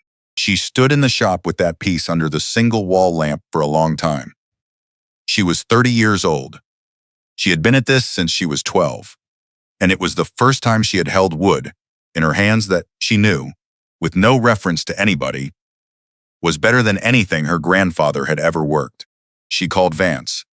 She told him what she had. She named a price of $600, which was 90 more than she had ever asked for a single blank. He took it without negotiating, then told her to raise her top tier across the board. Her gross for 1991 was $28,400, which was $11,000 less than 1989 and represented the worst business year she would ever have. She counted it as the year she stopped being somebody's granddaughter with a good eye. By February of 1992, she had 14 sources, 3 of them new, one of them a walnut buyer in Columbus, who had started calling her when Unusual material came through because he had decided she was the only person in the state who would pay for the strange pieces. Her racks held 4.5 cords under a system she could explain to another human being. Her lead time was out to 7 months. She had put the price to $390 standard. The envelope came on a Thursday in the second week of that month. She pulled it out of the box at the end of the lane with the seed catalogs, drove up to the house, set the mail on the kitchen table, went out to do chores. It was still there when she came in at dark. Cream stock, heavier than a bill. Her name typed rather than written. A return address in the corner, printed, a logo she had last seen stitched over man's heart in her own shop 2 years before. She poured coffee. She sat down across from it. The house made its winter noises. Out past the window, the yard light came on over a barn, with 4.5 cords of other people's garbage racked and dated inside it. She did not open it that night. She opened it Friday morning at the kitchen table with a paring knife, because the flap was glued down too well to tear. There were 3 sheets inside. The first was a letter, 2 paragraphs, signed by Von Merrick, cordial, in the way of a man who has decided that the last conversation never happened. The company was proceeding with its premium line. They regretted that a supply relationship had not been possible. They wished her continued success. The second sheet was the reason for the envelope. It was a consulting proposal, $12,000, paid in 2 installments, for what the document called a technical advisory engagement. A written description of her grading criteria, her drying protocols, her source classification method, plus 2 days of her time at their facility in Minneapolis. The wording was careful. She was not being asked to sell anything. She was being asked to explain it. The third sheet was a confidentiality agreement, with her name already typed in the blank. She read the whole thing twice, then a third time slowly, the way a person reads something they already understand, but cannot yet believe they understand. $12,000 in February of 1992 was the difference between a hard year and an ordinary one. It was the January note twice over. It was a used tractor with a working loader. It did not require her to give up a customer, ship a single blank, alter one thing about how she worked.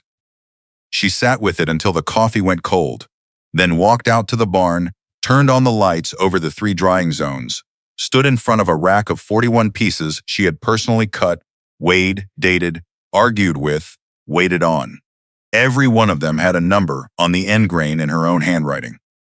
What they wanted was not $12,000 worth of information. It was 19 years of a man's evenings, 4 months of ruined blanks, a stool in front of a piece of wood.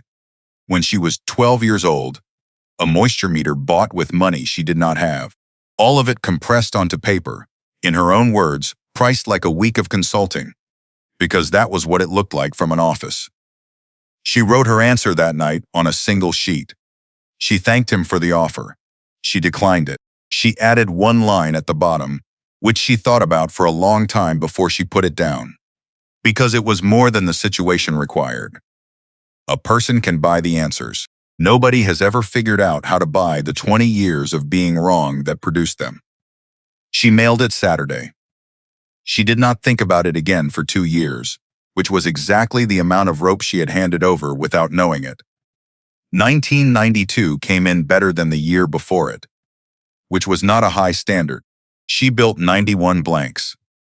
She held the price at $390, then moved it in September to $420 because the lead time had gone past 9 months, which is the market telling you something in the only language it has. Ostrander took 26. Vance went back to 18, then wrote in November asking for 22. Ferreter called in April, 18 months after canceling, and did not apologize, which she respected more than an apology. He asked whether she had room for him. She told him she had a 9-month wait like everybody else. He took the 9 months. In 1993, she quit farming the row ground entirely. She kept the 100 acres of hay, rented the rest to the Halverson place on a cash lease that came in twice a year, sold the planter, sold the combine at a sale in Norfolk, where she stood in the crowd on the buying side of it, for the first time in her life. She was 32 years old. She had been raised to believe that a Lindqvist who sold a combine had failed at something. Standing there, watching it go, all she felt was the specific relief of a woman putting down a suitcase she has been carrying up a stairway for 6 years. Her gross from Wood that year was $51,400. August Rennick died in Roseburg in November of 1993. At 76, 3 weeks, after mailing her a package she did not open until after the notice reached her. Inside it were 2 things: a checkering cradle he had built in 1961, worn smooth at the clamp, plus a single sheet in his hand saying he had no children in the trade, that a tool ought to go where it will be used, that she was not to write back thanking him because he would rather not have that particular letter sitting on his desk. She put the cradle on the south bench. She used it for the next 30 years. She never did write the letter, which she counted afterward as the only instruction from an older person she had ever obeyed exactly. She got Merrick's catalog in the second week of March 1994, in a padded envelope from Kansas City, with a note from Lemuel Ostrander clipped to the front cover that read, "You need to see page 11. The line was called Heritage Plains Walnut. The cover photograph was a stack of rough slabs, shot in low side light on what looked like a barn floor. The copy on the inside front described American black walnut, recovered from regional manufacturing operations across the Los Central Plains. Wood that had been rejected by industry for the very characteristics that made it exceptional." Page 4 described the relationship between crowded growth, wind stress, injury, competition for light on riverbanks, the way a tree's history writes itself into the figure. Page 7 described slow air drying, the 2-year per inch rule, why a kiln flattens color. Page 11 was the grading system. 4 tiers. Her grandfather's 4 tiers, in order, with the criteria described accurately enough that she could have used the page to train somebody. The numbers were gone. They had names now: field, hedgerow, riverbreak, provenance. The last one was for wood with the figure running correctly through the wrist, which he had been told about in her shop, at her bench, with a piece in her hand, on the 19th of March, 1990. She sat on the porch step with the catalog open in the cold, reading her own working life described in the past tense by a marketing department. Nothing in it was a lie. That was the part that took the ground out from under her. He had not stolen a photograph, had not used her name, had not claimed her wood. He had taken a way of seeing that 2 generations of one family had built in a shop behind a house in Boone County, then printed it on glossy stock in Minneapolis, with a registered trademark symbol beside the line name. Ostrander's note had a second sentence on the back that she did not see until she flipped it over. "They quoted me $240 a blank last month." She drove to Columbus on the 22nd of March to see a lawyer, the only one she had ever spoken to. A man who had handled her grandfather's estate. He was in his 60s, careful, honest to the point of discomfort. He read the catalog cover to cover with a pencil in his hand. He asked her whether she had a written agreement with Merrick. She told him no. He asked whether she had ever published her grading criteria in a catalog, a letter, an advertisement. She told him no. He asked whether her grandfather had. No. He asked whether the criteria appeared anywhere outside 3 cloth-bound ledgers in a farmhouse. They did not. He set the pencil down. What he told her then took about 4 minutes, in plain language, without cushioning. Information that has never been protected in writing is not protected by having been true first. A method is not a name. A way of grading wood is not a recipe locked in a safe. The trademark application covered a phrase describing a region, which was contestable, which would cost her between $40,000 and $90,000 to contest, with a real chance of losing on the merits, a certainty of losing 3 years to it. Then he told her the last part, which she wrote down in the truck afterward because she wanted it in her own handwriting, that in 31 years of practice he had watched a great many small operators destroy themselves, proving they were right about something they were right about. She asked him whether there was anything at all. He told her there was one thing that could not be applied for, registered or bought, which was that they had the description of the wood while she had the wood. Nels drove out from Omaha on the first Saturday in April. He had heard about it from her in a phone call she had cut short, then had spent 2 weeks in a state she recognized from childhood, which was her brother being angry on somebody else's behalf with nowhere to put it. He came into the kitchen, put the catalog on the table, sat down across from her. He wanted to know the number to fight it. She gave him the lawyer's range. He did the arithmetic out loud, which was a habit from his job, then stopped in the middle of it because the arithmetic answered itself. He asked how much of it was hers. She told him the truth, that the wood knowledge was Halvor's, that the 4 tiers were Halvor's, that the only original thing in that catalog belonging to her personally was the phrase about a plant being a machine for finding one kind of wood, which she had said to a plant manager in Kearney, not to Merrick. So at least that one they had arrived at independently. Nels sat with his hands flat on her grandfather's table. Then he asked the question that turned out to be the only useful thing anybody said to her that entire spring. So what are you going to do? Not what are you going to do about it? He had enough sense to leave those 2 words out. She thought about it for a while. Then she got up, took her coat off the hook, told him to come out to the barn.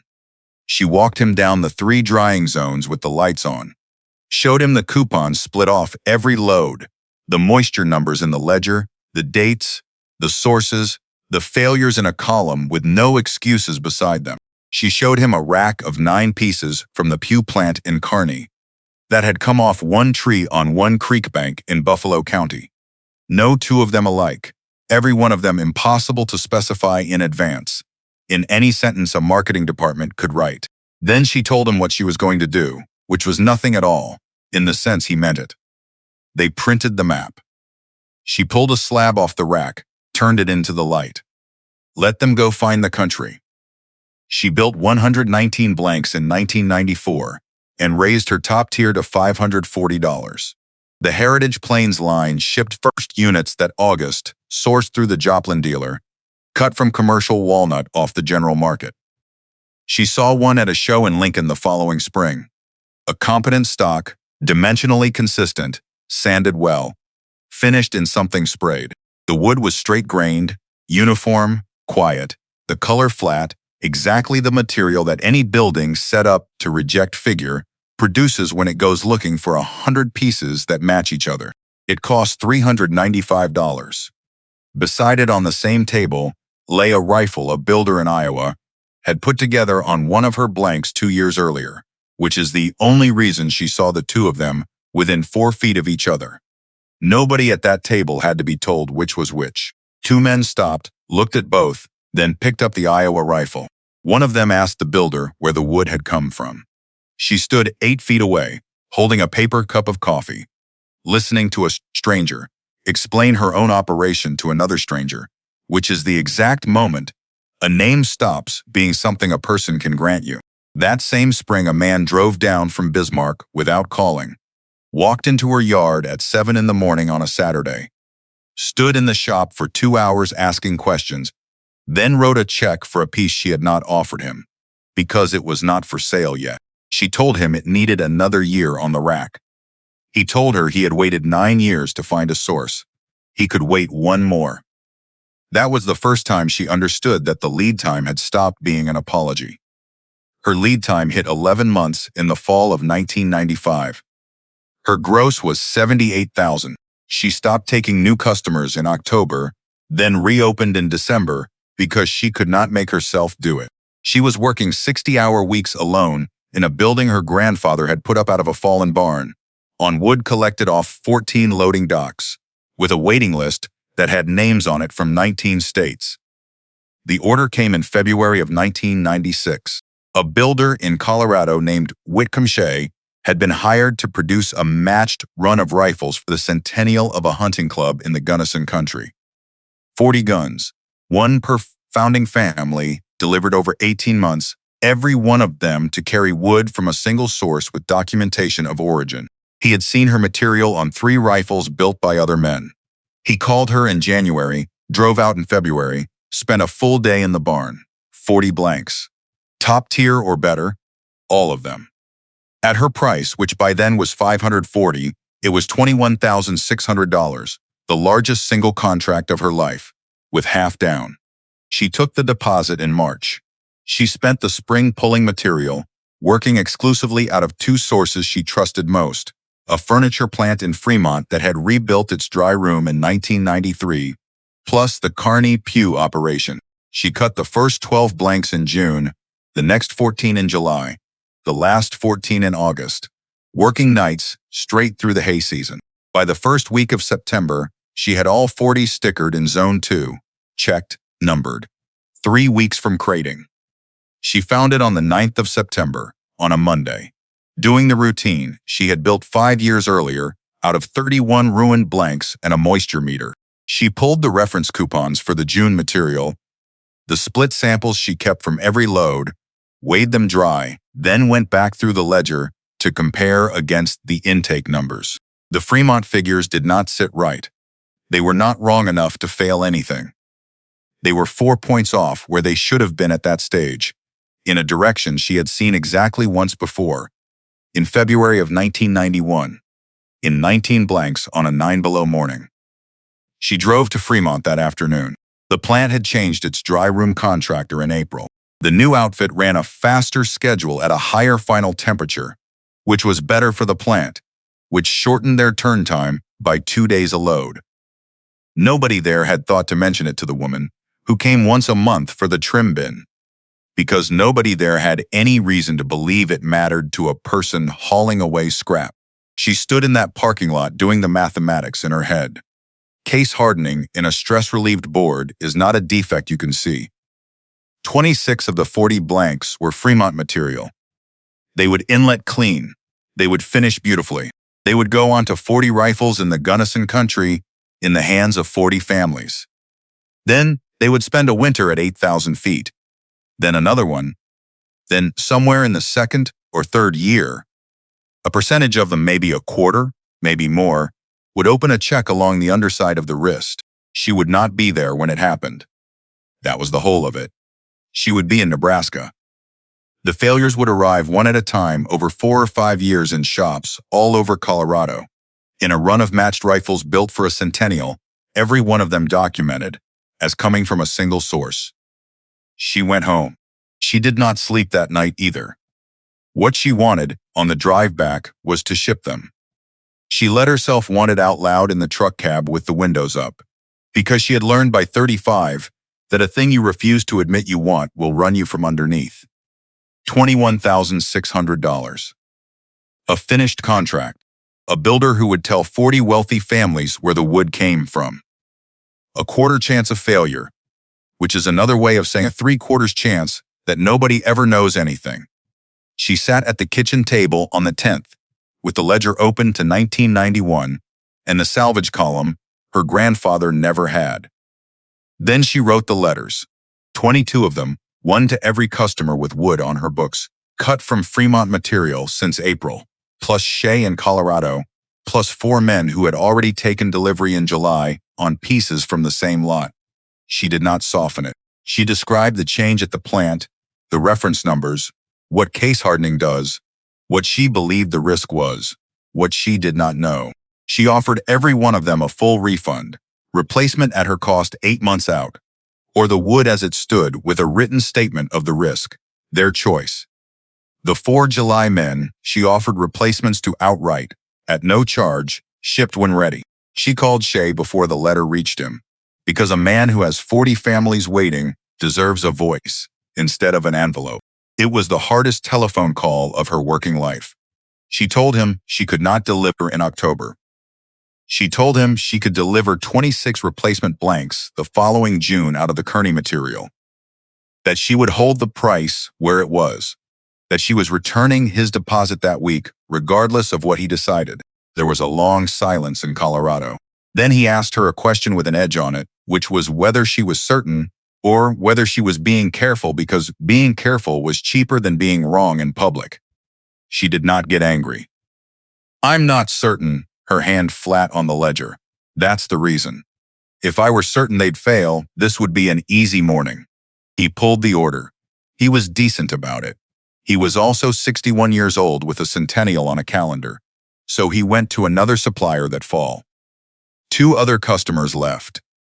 One of them wrote back a page explaining that a man in business cannot work with a supplier who reschedules on a theory. She returned $19,400 in deposits between the 12th of September and the end of October, which took every dollar of operating cash she had, plus a short note against the hay ground that the First National wrote without much discussion. Because by then she had 6 years of history with them. The Forton Kearney blanks out of the Shea Run, the sound ones, she sold to Ostrander in Kansas City at her cost, no margin, delivered inside a week, because cost money in October was worth more to her than full price in June. She burned the 26 blanks in November. Not all at once. She fed them into the shop stove over about 3 weeks, 2 or 3 an evening, working on other things while they went, because there was no version of selling them that did not put them on a rifle somewhere. The 11th one she could not do for about 40 minutes. It was Fremont material, off a tree, with a lightning scar in it, the best piece in the lot, figure running up out of the flat in a long, slow wave that she had spent 9 hours shaping in July. She stood in front of the open stove door with it in both hands, thinking about a hobby dealer in Lincoln, who bought seconds by the box, about the fact that a knife scale never gets cold at 8,000 feet, about how easily she could cut this thing into 40 small, honest pieces that would never fail anybody. Then she thought about a man opening a crate in the Gunnison country in 2001, with her name on the packing slip. She put it in end first. She stood there while it caught. The figure came up under the flame the way it comes up under oil. One time, for about 4 seconds, brighter than she had ever seen it. Then it was just wood burning in a stove in a shop in Nebraska. Bertrand Hollenbeck's reply came on the 29th of September. It was 4 lines long. It said he would take the risk statement option on his 2 pieces, that he had been building for 27 years, that in that time he had received exactly 1 letter of this kind from any supplier of anything. What he did not tell her was that he had photocopied her letter, then mailed it to a man he had known for a decade, who wrote for a national magazine. The writer called her in the first week of October, 1996. He wanted to come out. She told him she was not interested in publicity. He told her he had a copy of a letter in front of him that a woman had sent to 22 customers, destroying her own largest order on a 4-point moisture discrepancy, that he had spent 19 years covering that trade, that he had never seen anything like it, that he was going to write about it, whether she cooperated or not, so she could either sit in her own kitchen for 2 days or read someone else's version of her in March. She let him come. He spent 2 days in the shop that November. He watched her cut coupons. He read the ledgers with permission, all 3 volumes, including the 40 pages of shop names in a dead man's handwriting. He asked her about the catalog from Minneapolis, which he had seen. She told him she had no comment on another company's line, which he printed exactly that way, which did more damage to Merrick than anything she could have said. The piece ran in the March 1997 issue under the title "The Woman Who Burned the Order." It described her material, her sources, her method, her prices, her lead time, which was 13 months by the time it printed. It described the Fremont discovery in detail. It included 9 photographs, 2 of them of pieces so figured that 4 readers wrote to the magazine insisting the images had been retouched, which they had not been. The last paragraph quoted the line from her letter to the 22, the only thing she was quoted saying in the entire article. "I would rather you wait 8 months than have this wood embarrass both of us in front of your customer in 2001. She got 147 letters in the 6 weeks after that issue reached subscribers.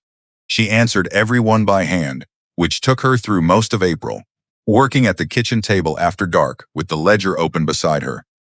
23 of them turned into orders. Her lead time went from 13 months to 21. Tobias Renner showed up in the 2nd week of May. He was 19 years old, from a place 9 miles south of hers, tall in the way of a boy who has not filled in yet, with the article folded in his back pocket. He had graduated in 1995, had been working at the elevator, had read the piece 3 times. He stood in the shop door with his hands hanging, then asked whether she needed help. She asked him what he knew about wood. "Nothing," he told her. Then he corrected himself. Because he was honest before he was anything else. His grandmother had a walnut table he had looked at his whole life, without knowing why he kept looking at it. She put him on the stool at the north bench, laid a piece of Buffalo County crotch material in front of him, told him to sit there. He asked her what she wanted him to do with it. She heard her grandfather come out of her own mouth, word for word, with the same weight taken off it. Look at it. He lasted 3 days. On the third evening, he came to find her with the slab held out in both hands, his thumb resting on the underside where the wood changed its mind, then asked whether the crack would start there. She hired him at $6 an hour. The Meridian Casket Works closed in October of 1998. The Omaha Group consolidated production to a plant in Iowa. The buildings on the Columbus site went dark. The lumber sheds emptied. The yard where a reject pile had sat in one corner since 1971 swept and posted. Wendell Prosser, who was 72, took a package worth 9 months of pay after 29 years, then went to work part-time at a hardware store on 26th Street because his wife told him he could not sit in the house. The Heritage Plains Walnut line was quietly discontinued the same year. It had run 4 seasons. It had never done what it was built to do, because the market Von Merrick had described as too small to sustain a business, turned out to be precisely the size it needed to be. The buyers in it knew wood. They would pay $2,000 for a rifle stock without blinking. They would not pay $395 for a wrapper with a story printed on it. A premium package containing ordinary material is a proposition that works exactly once per customer. She heard about the discontinuation from Ostrander, who heard it from a distributor, who heard it from a rep clearing inventory at 40% off. She did not feel anything about it that she could name. She was 37 years old, working with one employee in a shop with a 21-month wait, cutting the best wood she had ever handled. The catalog was in a drawer in the front room under the tax records. She had not looked at page 11 since 1994. Von Merrick called her on a Wednesday afternoon in October of 1999. She knew the voice before he gave his name. It had changed some. The frictionless quality was gone out of it, which she found she disliked more than she expected, because it had been easier to hold a grudge against a man who sounded like a brochure. He was no longer with the Minneapolis company. He had left in the spring of that year, then started his own outfit out of a leased building in Bloomington, doing accessories at first, moving now towards small batch stock work for shops in 3 states. He had 4 builders lined up. He needed wood. He asked whether she would sell to him. Greta stood at the wall phone in the kitchen, with Toby out in the shop, running the bandsaw, the sound of it coming across the yard. 21 years old that year, cutting his own blanks under her numbers. Yes, she told him. She sold to anybody who paid the price, respected the lead time, took the piece that came. He asked her what the price was. $520 for standard. $750 for the top tier. Lead time 22 months, deposit half down, no specifications accepted on figure. The silence on the other end went on long enough that she could hear a fluorescent ballast humming somewhere in Bloomington, Minnesota. Then he told her that was a considerable increase over what they had discussed. It is. She looked out the window at the barn. In 1990, you brought me research that said, this market was too small to hold what I was building. I stayed in it anyway. She let that sit exactly as long as he had let his own pauses sit in her kitchen 9 years earlier. This is what too small looks like now. He did not argue. He asked whether she took payment by wire or by check. He ordered 20 pieces.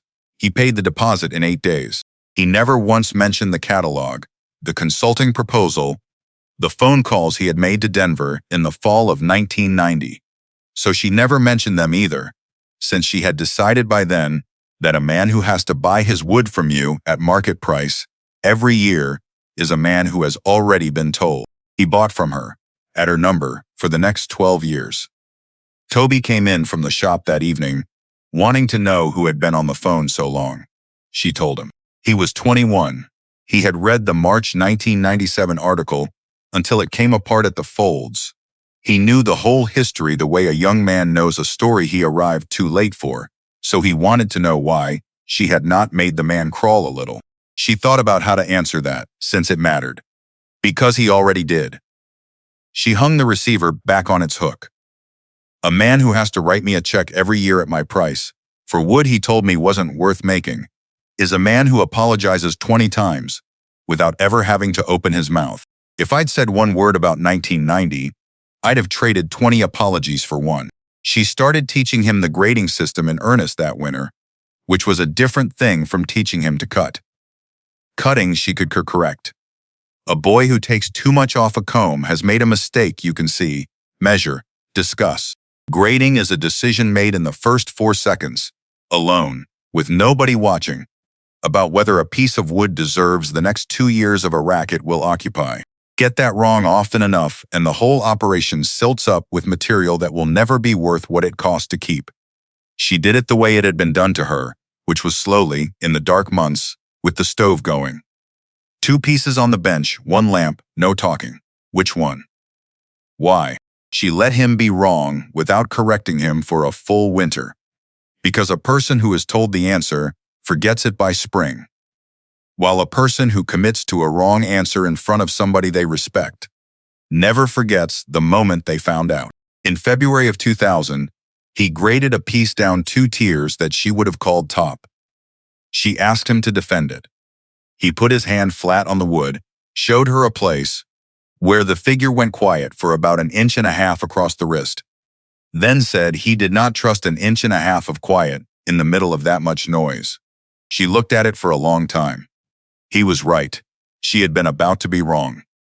That was the evening she stopped thinking of him as help. The call from the Platte County Historical Society came on a Tuesday in June of 2001. The Meridian buildings had been sold to a developer. The site was being cleared. The old lumber storage barn on the east end had come down that week. In the rafters of that building, the demolition crew had found walnut. Not scrap, slabs, dry stacked flat on the tie beams above the storage bay, out of the weather, out of sight in a part of the structure nobody had climbed into since the sale in 1990. The society had called the newspaper. The newspaper had remembered the March 1997 article. Somebody in Columbus had put 2 things together. She drove over that afternoon with Toby. There were 43 pieces laid out on the concrete in the rubble, ranging from 2 feet to 6. She walked the row once without touching anything. The oxidation on the cut ends ran from pale to nearly black, which meant some of them had been up in those rafters 15 years, while others had been there 25 or 30. Every single piece was figured. Not one plain board in the lot. Crotch, curl, fiddleback, the size of a dinner plate, wood that had been rejected by a casket company for the exact reasons it was standing there in the sun, making a young man of 23 stop talking in the middle of a sentence. The contractor wanted them gone by Friday. He asked her what they were worth. She could have said anything. She told him $400, which was more than he expected, which was a fraction of what any one of the 4 best pieces would carry finished. They loaded them in the truck in 1 hour and 10 minutes. She found the mark that evening in her own yard, unloading in the last of the light, on the 6th piece she picked up, a slab 28 inches long, with a crotch figure so violent it looked like weather. On the butt end, under the oxidation, faint but unmistakable in the low sun, there was a mark in blue grease pencil, a number, written in her grandfather's hand. She sat down on the tailgate holding it. She went through the other 42 pieces that night with a work light. 31 of them carried marks, numbers on the ends, his 4 tiers, some of them so old the grease had gone chalky, some of them written over sap that had bled after the mark was made. She knew that handwriting better than her own. She had spent 14 years watching it fill 3 ledgers at the north bench under a window. She called Wendell Prosser at 8 o'clock the next morning. He was 75 years old, working 3 days a week at the hardware store, still living on 26th Street. She told him what she had found. He did not answer for a long moment. When he did, his voice had something in it she had never heard from him, which was a man being caught out by his own mind. He told her about the stroke first, because it was the only way the rest of it made sense. Small one. Spring of 1993, 3 days in the hospital in Columbus. No weakness left over. Nothing anybody could see. What it took was a strip out of the middle of his life. Not the recent part. Not childhood. The 70s. He had lost most of the 70s, the way you lose a room in a house you no longer enter. Still there, door painted shut. His wife had spent a year filling gaps in for him at the supper table. Then he told her what the grease pencil brought back, which had come up out of nowhere the instant she described it. Whole in color, the way those things return. From 1972 on, Halvor had not waited for the truck. He had come to the yard, most weeks, sometimes twice, and Prosser had let him walk the reject stack himself, before the loaders got to it. Because it was garbage. Because nobody upstairs cared. Because a yard foreman is allowed to decide who takes the trash. Halvor would go through the pile with a grease pencil in his shirt pocket, mark what he wanted, load what he could carry. The best pieces he did not load. He put them up in the rafters of the storage barn, one or two at a time, on a ladder Prosser held for him more times than he could count, in a part of the building that never got used, where wood would stay dry, flat, dark, undisturbed. He had done it for years. When Prosser had finally asked him about it sometime in the early 80s, Halvor had told him he was not ready for those pieces yet. She asked what he had meant by that. He never explained it. A drawer opened somewhere in a hardware store in Columbus. I always figured he meant they were too good to cut before he got better. Then Prosser corrected himself, because he had known the man 40 years. Later on, I thought he meant something else. That he'd have to do something with a piece like that. Couldn't just hang it on a wall for the neighbors. Then he said the part that cost him, that he had carried it 14 years without once thinking to tell her, that it had not been kindness or a promise or any decent reason at all. That a doctor in Columbus had reached into him in 1993 and taken out the one room where a ladder and a man with a grease pencil were still standing. She told him it was found now, which was the only true comfort available.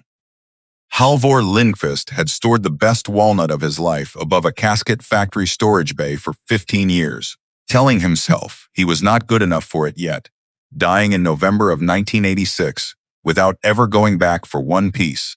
The developer's crew had taken the roof off that building 3 weeks before the wood would have gone into a landfill in Butler County. She worked those 43 pieces over the next 4 years. Slowly, one or two at a time, out of order, never more than one on the bench at once.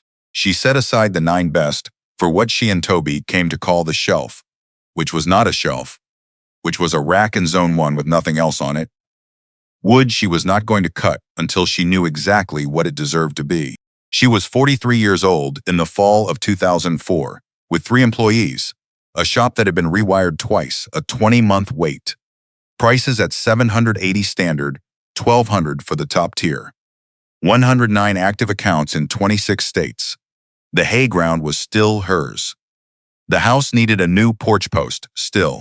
She was in Albion on a Thursday in October to pick up mail at the post office window, standing at the counter, waiting for the postmaster to come back from the sorting room with a package too big for her box. Cy Barlow was at the far end of the co-op counter with 4 men.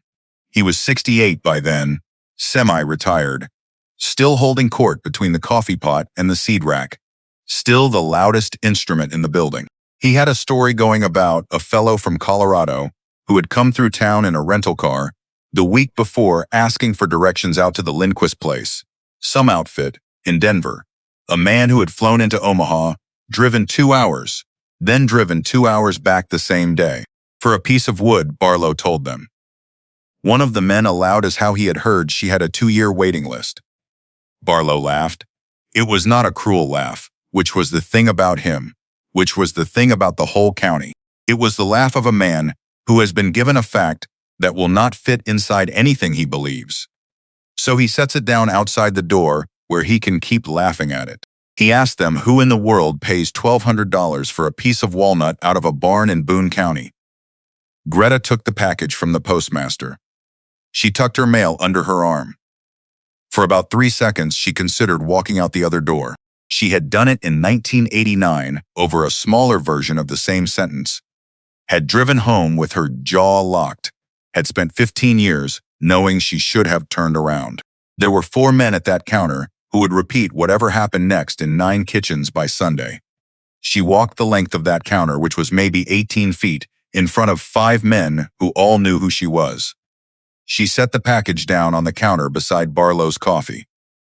Sigh. Her voice was not raised. Nobody in that store had ever heard it raised. I'll tell you exactly who pays $1,200. She told them about the man from Colorado. He built rifles for outfitters who guide elk in the flat tops. The rifle that piece is going on will sell for $14,000. The man who buys it will carry it for 20 years. His son will carry it after that. She let that number sit in the room a second because she had learned something about pauses from a salesman in 1990. Then she told them the part she had been waiting 17 years to say to somebody at that counter. The wood is the only part of that rifle he touches. She put one hand flat on the package. Steel he cleans. Glass he looks through. The wood is what's against his cheek every time he raises it, in his hands every day he carries it. For 2 generations. She looked at Barlow directly. $1,200 for the one part of a $14,000 tool that a man puts his face on is not expensive, Cy. It's the opposite of expensive. It's the cheapest thing in the whole transaction. Barlow did not say anything. She picked up her package. She walked out. The bell over the door did what it had done since 1954. Behind her, one of the men set down his coffee, then said into the quiet that he had not realized she was doing that kind of business. Another one, older, who had known Halvor, answered him. He said she had been doing it since before any of them knew what she was doing. He said her grandfather had been doing it before that, in the same building, out of the same wood, for nothing at all. Neither of those men was saying anything new. They were saying the thing that had been standing in plain sight in that county for 30 years, waiting for somebody to notice it. Rolf Halvorson brought the rifle over. 11 days later, the one his father had bought off Halvor in 1968 for $40. He was 79. He had been thinking about bringing it over for 15 years. He did not explain what had finally moved him, though everybody involved knew. She took it into the shop, put it under the lamp, turned it in her hands for a while. It was early work. The comb was too high. The wrist was thicker than it needed to be, the way a man makes it thick when he is not yet sure of the wood. But the piece had been cut off a hedgerow tree with the grain running true through the narrowest part, oiled by hand, and the figure came up under that single lamp after 36 years the way it had come up the day he finished it. She told Rolf what it was worth. He sat down on the stool. Emery Vance died in Scottsdale in March of 2003 at 81, 3 weeks after finishing a rifle for a customer in Utah. She learned it from his daughter, who called on a Sunday, then followed the call with a crate that arrived 11 days later by freight. Inside it, packed in the same kind of newspaper Greta had used in 1987, was a stock. It was number 4. The one out of the first 6 with the grain running wrong through the wrist. The one he had refused to put on a rifle for hard country. The one he had told her about in September of 1987 in the flattest voice a man can use. The one he had said he would keep for a shop gun of his own rather than send back. He had never made it into a shotgun. He had never made it into anything. It had hung on a nail over his bench in Arizona for 16 years, oiled once a year, unfinished at the butt. A young woman's mistake preserved by a man who had built rifles for half a century. There was a card in the crate in the slanted architect's hand. 4 lines, written sometime before the end. He wrote that he was leaving it to her because it was the only piece of her work he had ever owned that was not perfect. He wrote that he had kept it where he could see it as a reminder of the one thing he had learned late, and she had learned early, which is that a person who can hear the word wrong from a stranger without flinching will end up outlasting every person who cannot. He wrote that she had heard it at 26, over a telephone, from a man she had never met, then had gone out to a barn that same night to work. The last line said he had told a great many people about her wood over 16 years, and that not one time had he mentioned the number 4. She hung it on the north wall of the shop next to the tool nails. She did not explain it to anybody who worked there. Toby figured it out inside of a year, on his own, from the grain, which was the way she would have wanted it. The last piece off the casket works rafters. The 28-inch slab, with the crotch figure like weather. The one that had carried a blue grease pencil number on its butt end for 29 years. She worked in the spring of 2005. She cut it herself, alone, on a Sunday with the shop closed.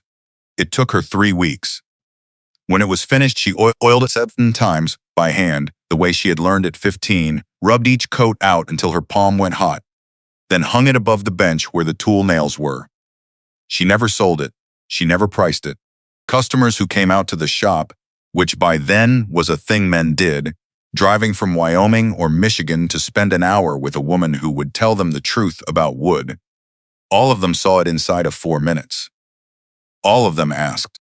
Toby was 27 that year, cutting a third of the production under his own hand, 3 years from being made a partner.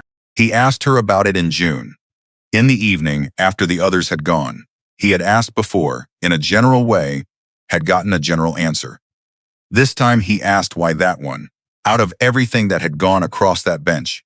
She took it down off the wall, turned it over, held the butt end under the lamp so the light raked across the old grain. The mark was still there, under the finish, faint as a bruise. A number in blue grease pencil in a dead man's handwriting. She put her thumb beside it, not on it. My grandfather wrote that in a lumber yard in Columbus, sometime in the early 70s. Her voice went down to almost nothing. Then he climbed a ladder, put this piece in the rafters where nobody would find it, came home, told himself he wasn't good enough for it yet. Toby looked at the mark for a long moment. He asked her how long it stayed up there. She told him. 15 years while he was alive, another 15 after. Then she hung it back on the nail, squared it, stood there with her hand still on the wood. That's why it doesn't come down. She was not looking at Toby anymore. Everything else in this shop is what the wood turned into. That one's what it costs to wait for permission. She went into the house, came back out with the third ledger under her arm. The cloth, one with 40 pages of shop names in a small, careful hand, and the rest of it filled in a hand that had never been as neat. She put it on the bench in front of him.